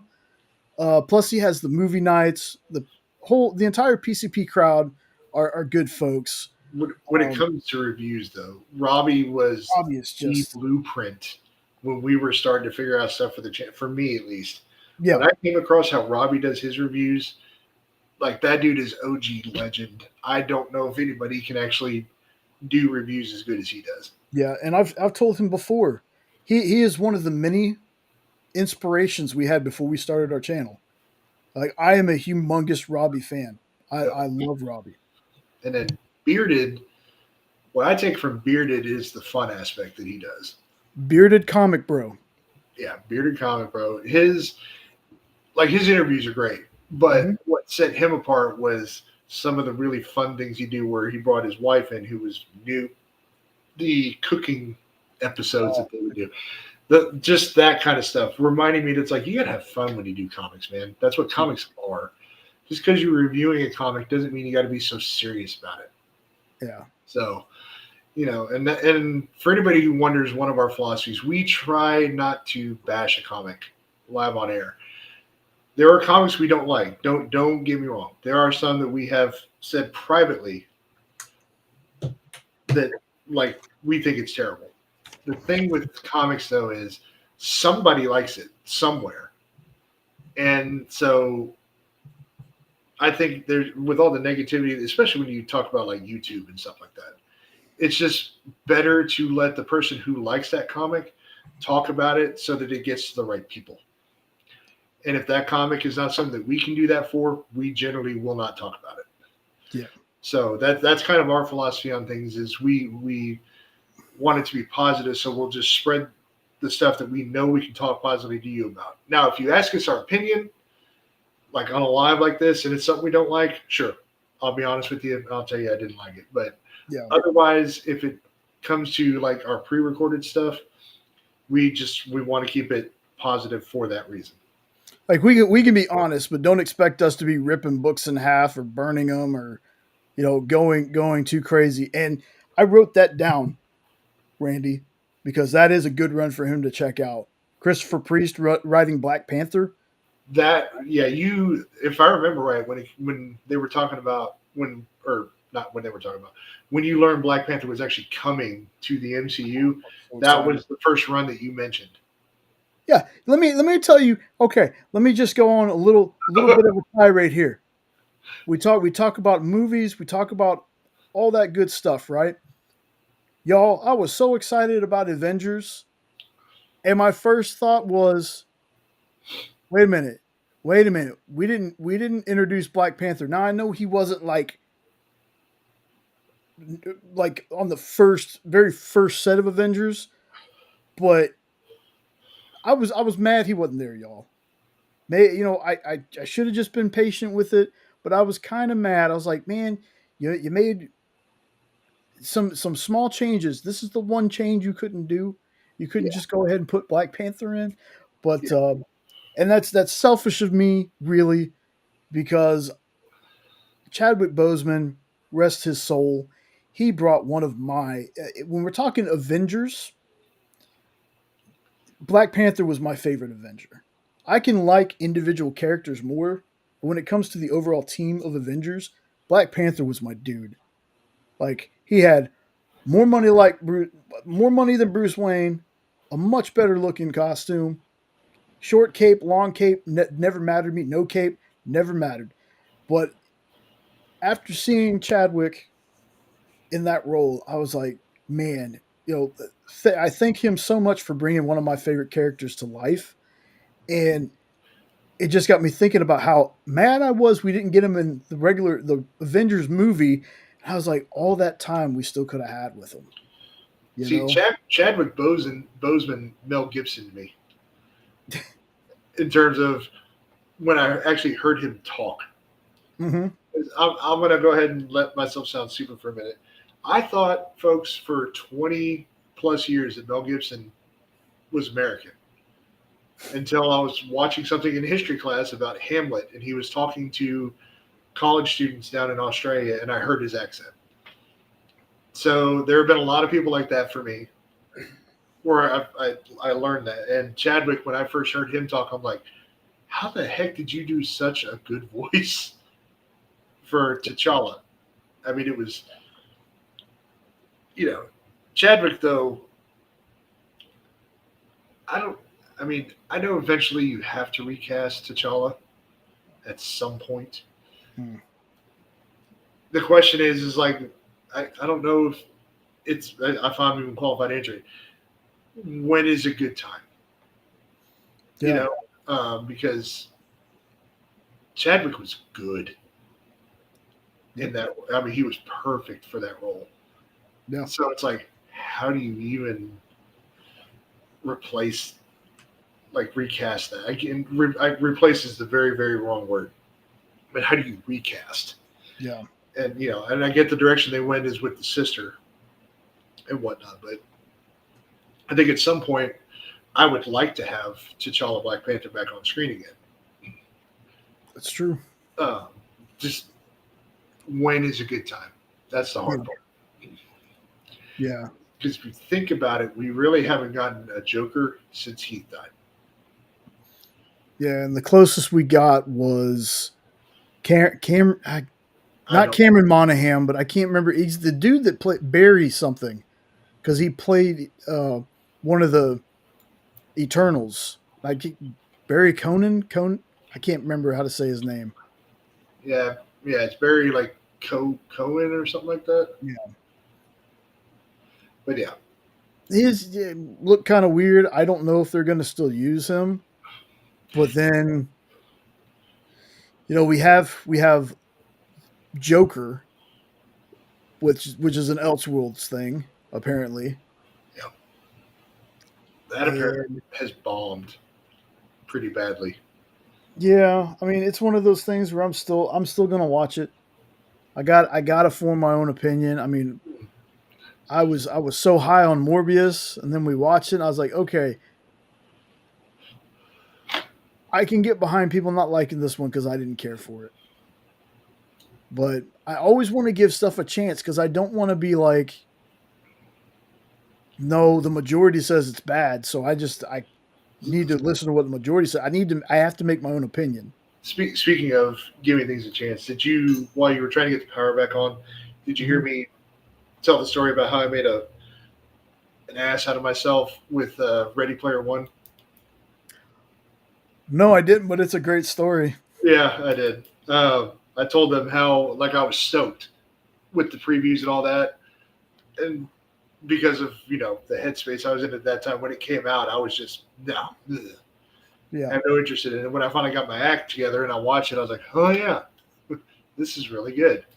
yeah, So, but there were a lot of movies during that time though that I was just like, because I was just a shithead. yeah. I mean So, it happens. so now I'm rewatching everything years later Yeah, and having fun. I mean for a long time you had no interest in watching Lord of the Rings. You couldn't have, yeah, and we know that from when I was younger, you couldn't have got me to sit down long enough to watch one of those movies. Yeah, And then we watched all six of them within a week and a half. yeah, So, and there, people have been now, like one of my coworkers went through the original series. He almost refuses though to go through the Hobbit one. I'm like, bro, you got to watch the Hobbit. It's good. I Is it mean, Lord of the Rings good? No, you can't expect it to be, but it's freaking worth the watch. yeah. And then and a lot of people have asked me what my favorite one of the original trilogy is, and I'm like, I could probably go in the order of the movies as they came out. Yeah. One has that nice adventure feel to it. Yeah, Randy, exactly. Exactly. See, and Jay will tell you, I had to have still actually for the most part the benefit of I'm so ignorant to a lot of the comic lore with characters that I could go into the MCU where most people were not liking it. I was fine because I had no idea. Like I actually thought Civil War was great until I read the book. Then I was like, well, okay. I don't have the disdain for it that my wife does. I can still watch it. I still have it, but she's a bigger fan of that in than I am. Civil War, like I love the comic, but she was a diehard. She loved the Civil War comic. Yeah, greatest 15-second rant of all time. One of these days, for some of our people who haven't been watching as long as the experience has been on, um, a while back, Kyle had a show called Hot Takes. It was the show he did before Devil's Advocates. It was just him. It was a call-in show. And Sean happened to call in one night, and I'm running the board, because I do Monday shows. So I'm running the board, and Jenna thinks he's talking to his brother. Sean's talking to his brother for some reason. Doesn't know that Sean is live on air because my office at the time was in our bedroom at the other house we were in, and her and Sean were in the living room. She hears Sean say something about Civil War, and she goes on this F bomb tirade. And Kyle's on screen being like, Jenna, you got to be quiet. And I was like, bro, she can't hear you. She's in the living room. So Sean finally, after a little bit, is like, uh, I'm live with Kyle right now on the phone. And she was beat red. She came back here when the show was over and apologized. Kyle thought It was hysterical. for a second he looked like he was mad about it, but then he was like, okay, that's hilarious. And I know there's a way for the experienced people because we have to delete in StreamYard, it saves your videos. You only get a certain amount of storage. So after a while we have to delete older videos so we can, record and keep the videos for the week. But as the experience on YouTube, I can go back to that show and click off that segment. And I think eventually one of these days I am because I mean we're not I monetized. want to hear the other end of it. Oh, I'll clip it out. I did want to hear the other end of it because I remember being like, Jenna, Yeah, I'm live with Kyle right now. yeah. And You could, and the other stuff that you didn't get to see was her face. yeah, and Kyle was like, Jenna, we're live. Jenna, I'm live. Jenna. And I was like, dude, she can't hear you. It was But hilarious. it's the Still talk greatest about rant it. ever. Yep. I still talk about it with Nancy. Nancy's like, eventually you got to find that clip. Yeah. And I might put it on this show because, like I said, we're not monetized. I choose not to swear a whole lot. I can watch my mouth, but that's definitely a towards the end of the show kind of clip I'd have to play Yeah. because it'd be one long beep if I didn't. Oh man, it was so good though. Yeah, it was hilarious. So, folks, we're gonna wind it down because I still got to figure out how exactly to end this so it doesn't cut me off like it did last time. But And you got to eat something. yeah, I probably should do that too. And it's 11. I still got to do my Push push up. up before midnight. Yep. But this has been a blast. I'm really hoping, not like I said, not this Saturday because we got a wedding to go to, but hopefully on Saturdays. It might not always be around this time. Might be earlier. Might be this time. Who knows? Um, we could do more of these. This was super fun. I had no idea, other than being kicked off for a little bit for the accident, that I had 2 hours in me, and we're at almost 2 hours and 20 minutes of the show. Yeah. It was awesome. I mean, it's also weird. I'm so used to having computers having spots and commercials that I have to play at certain times. Randy, you too, boss. I Thank you, man. hope to, hope to see you. Hope to see you this week on one of the other shows. But if not, I always hope to see you on Friday Night Live because you're always there. Yeah. I got nothing to worry about. I'll see you then. You Appreciate take it, care. man.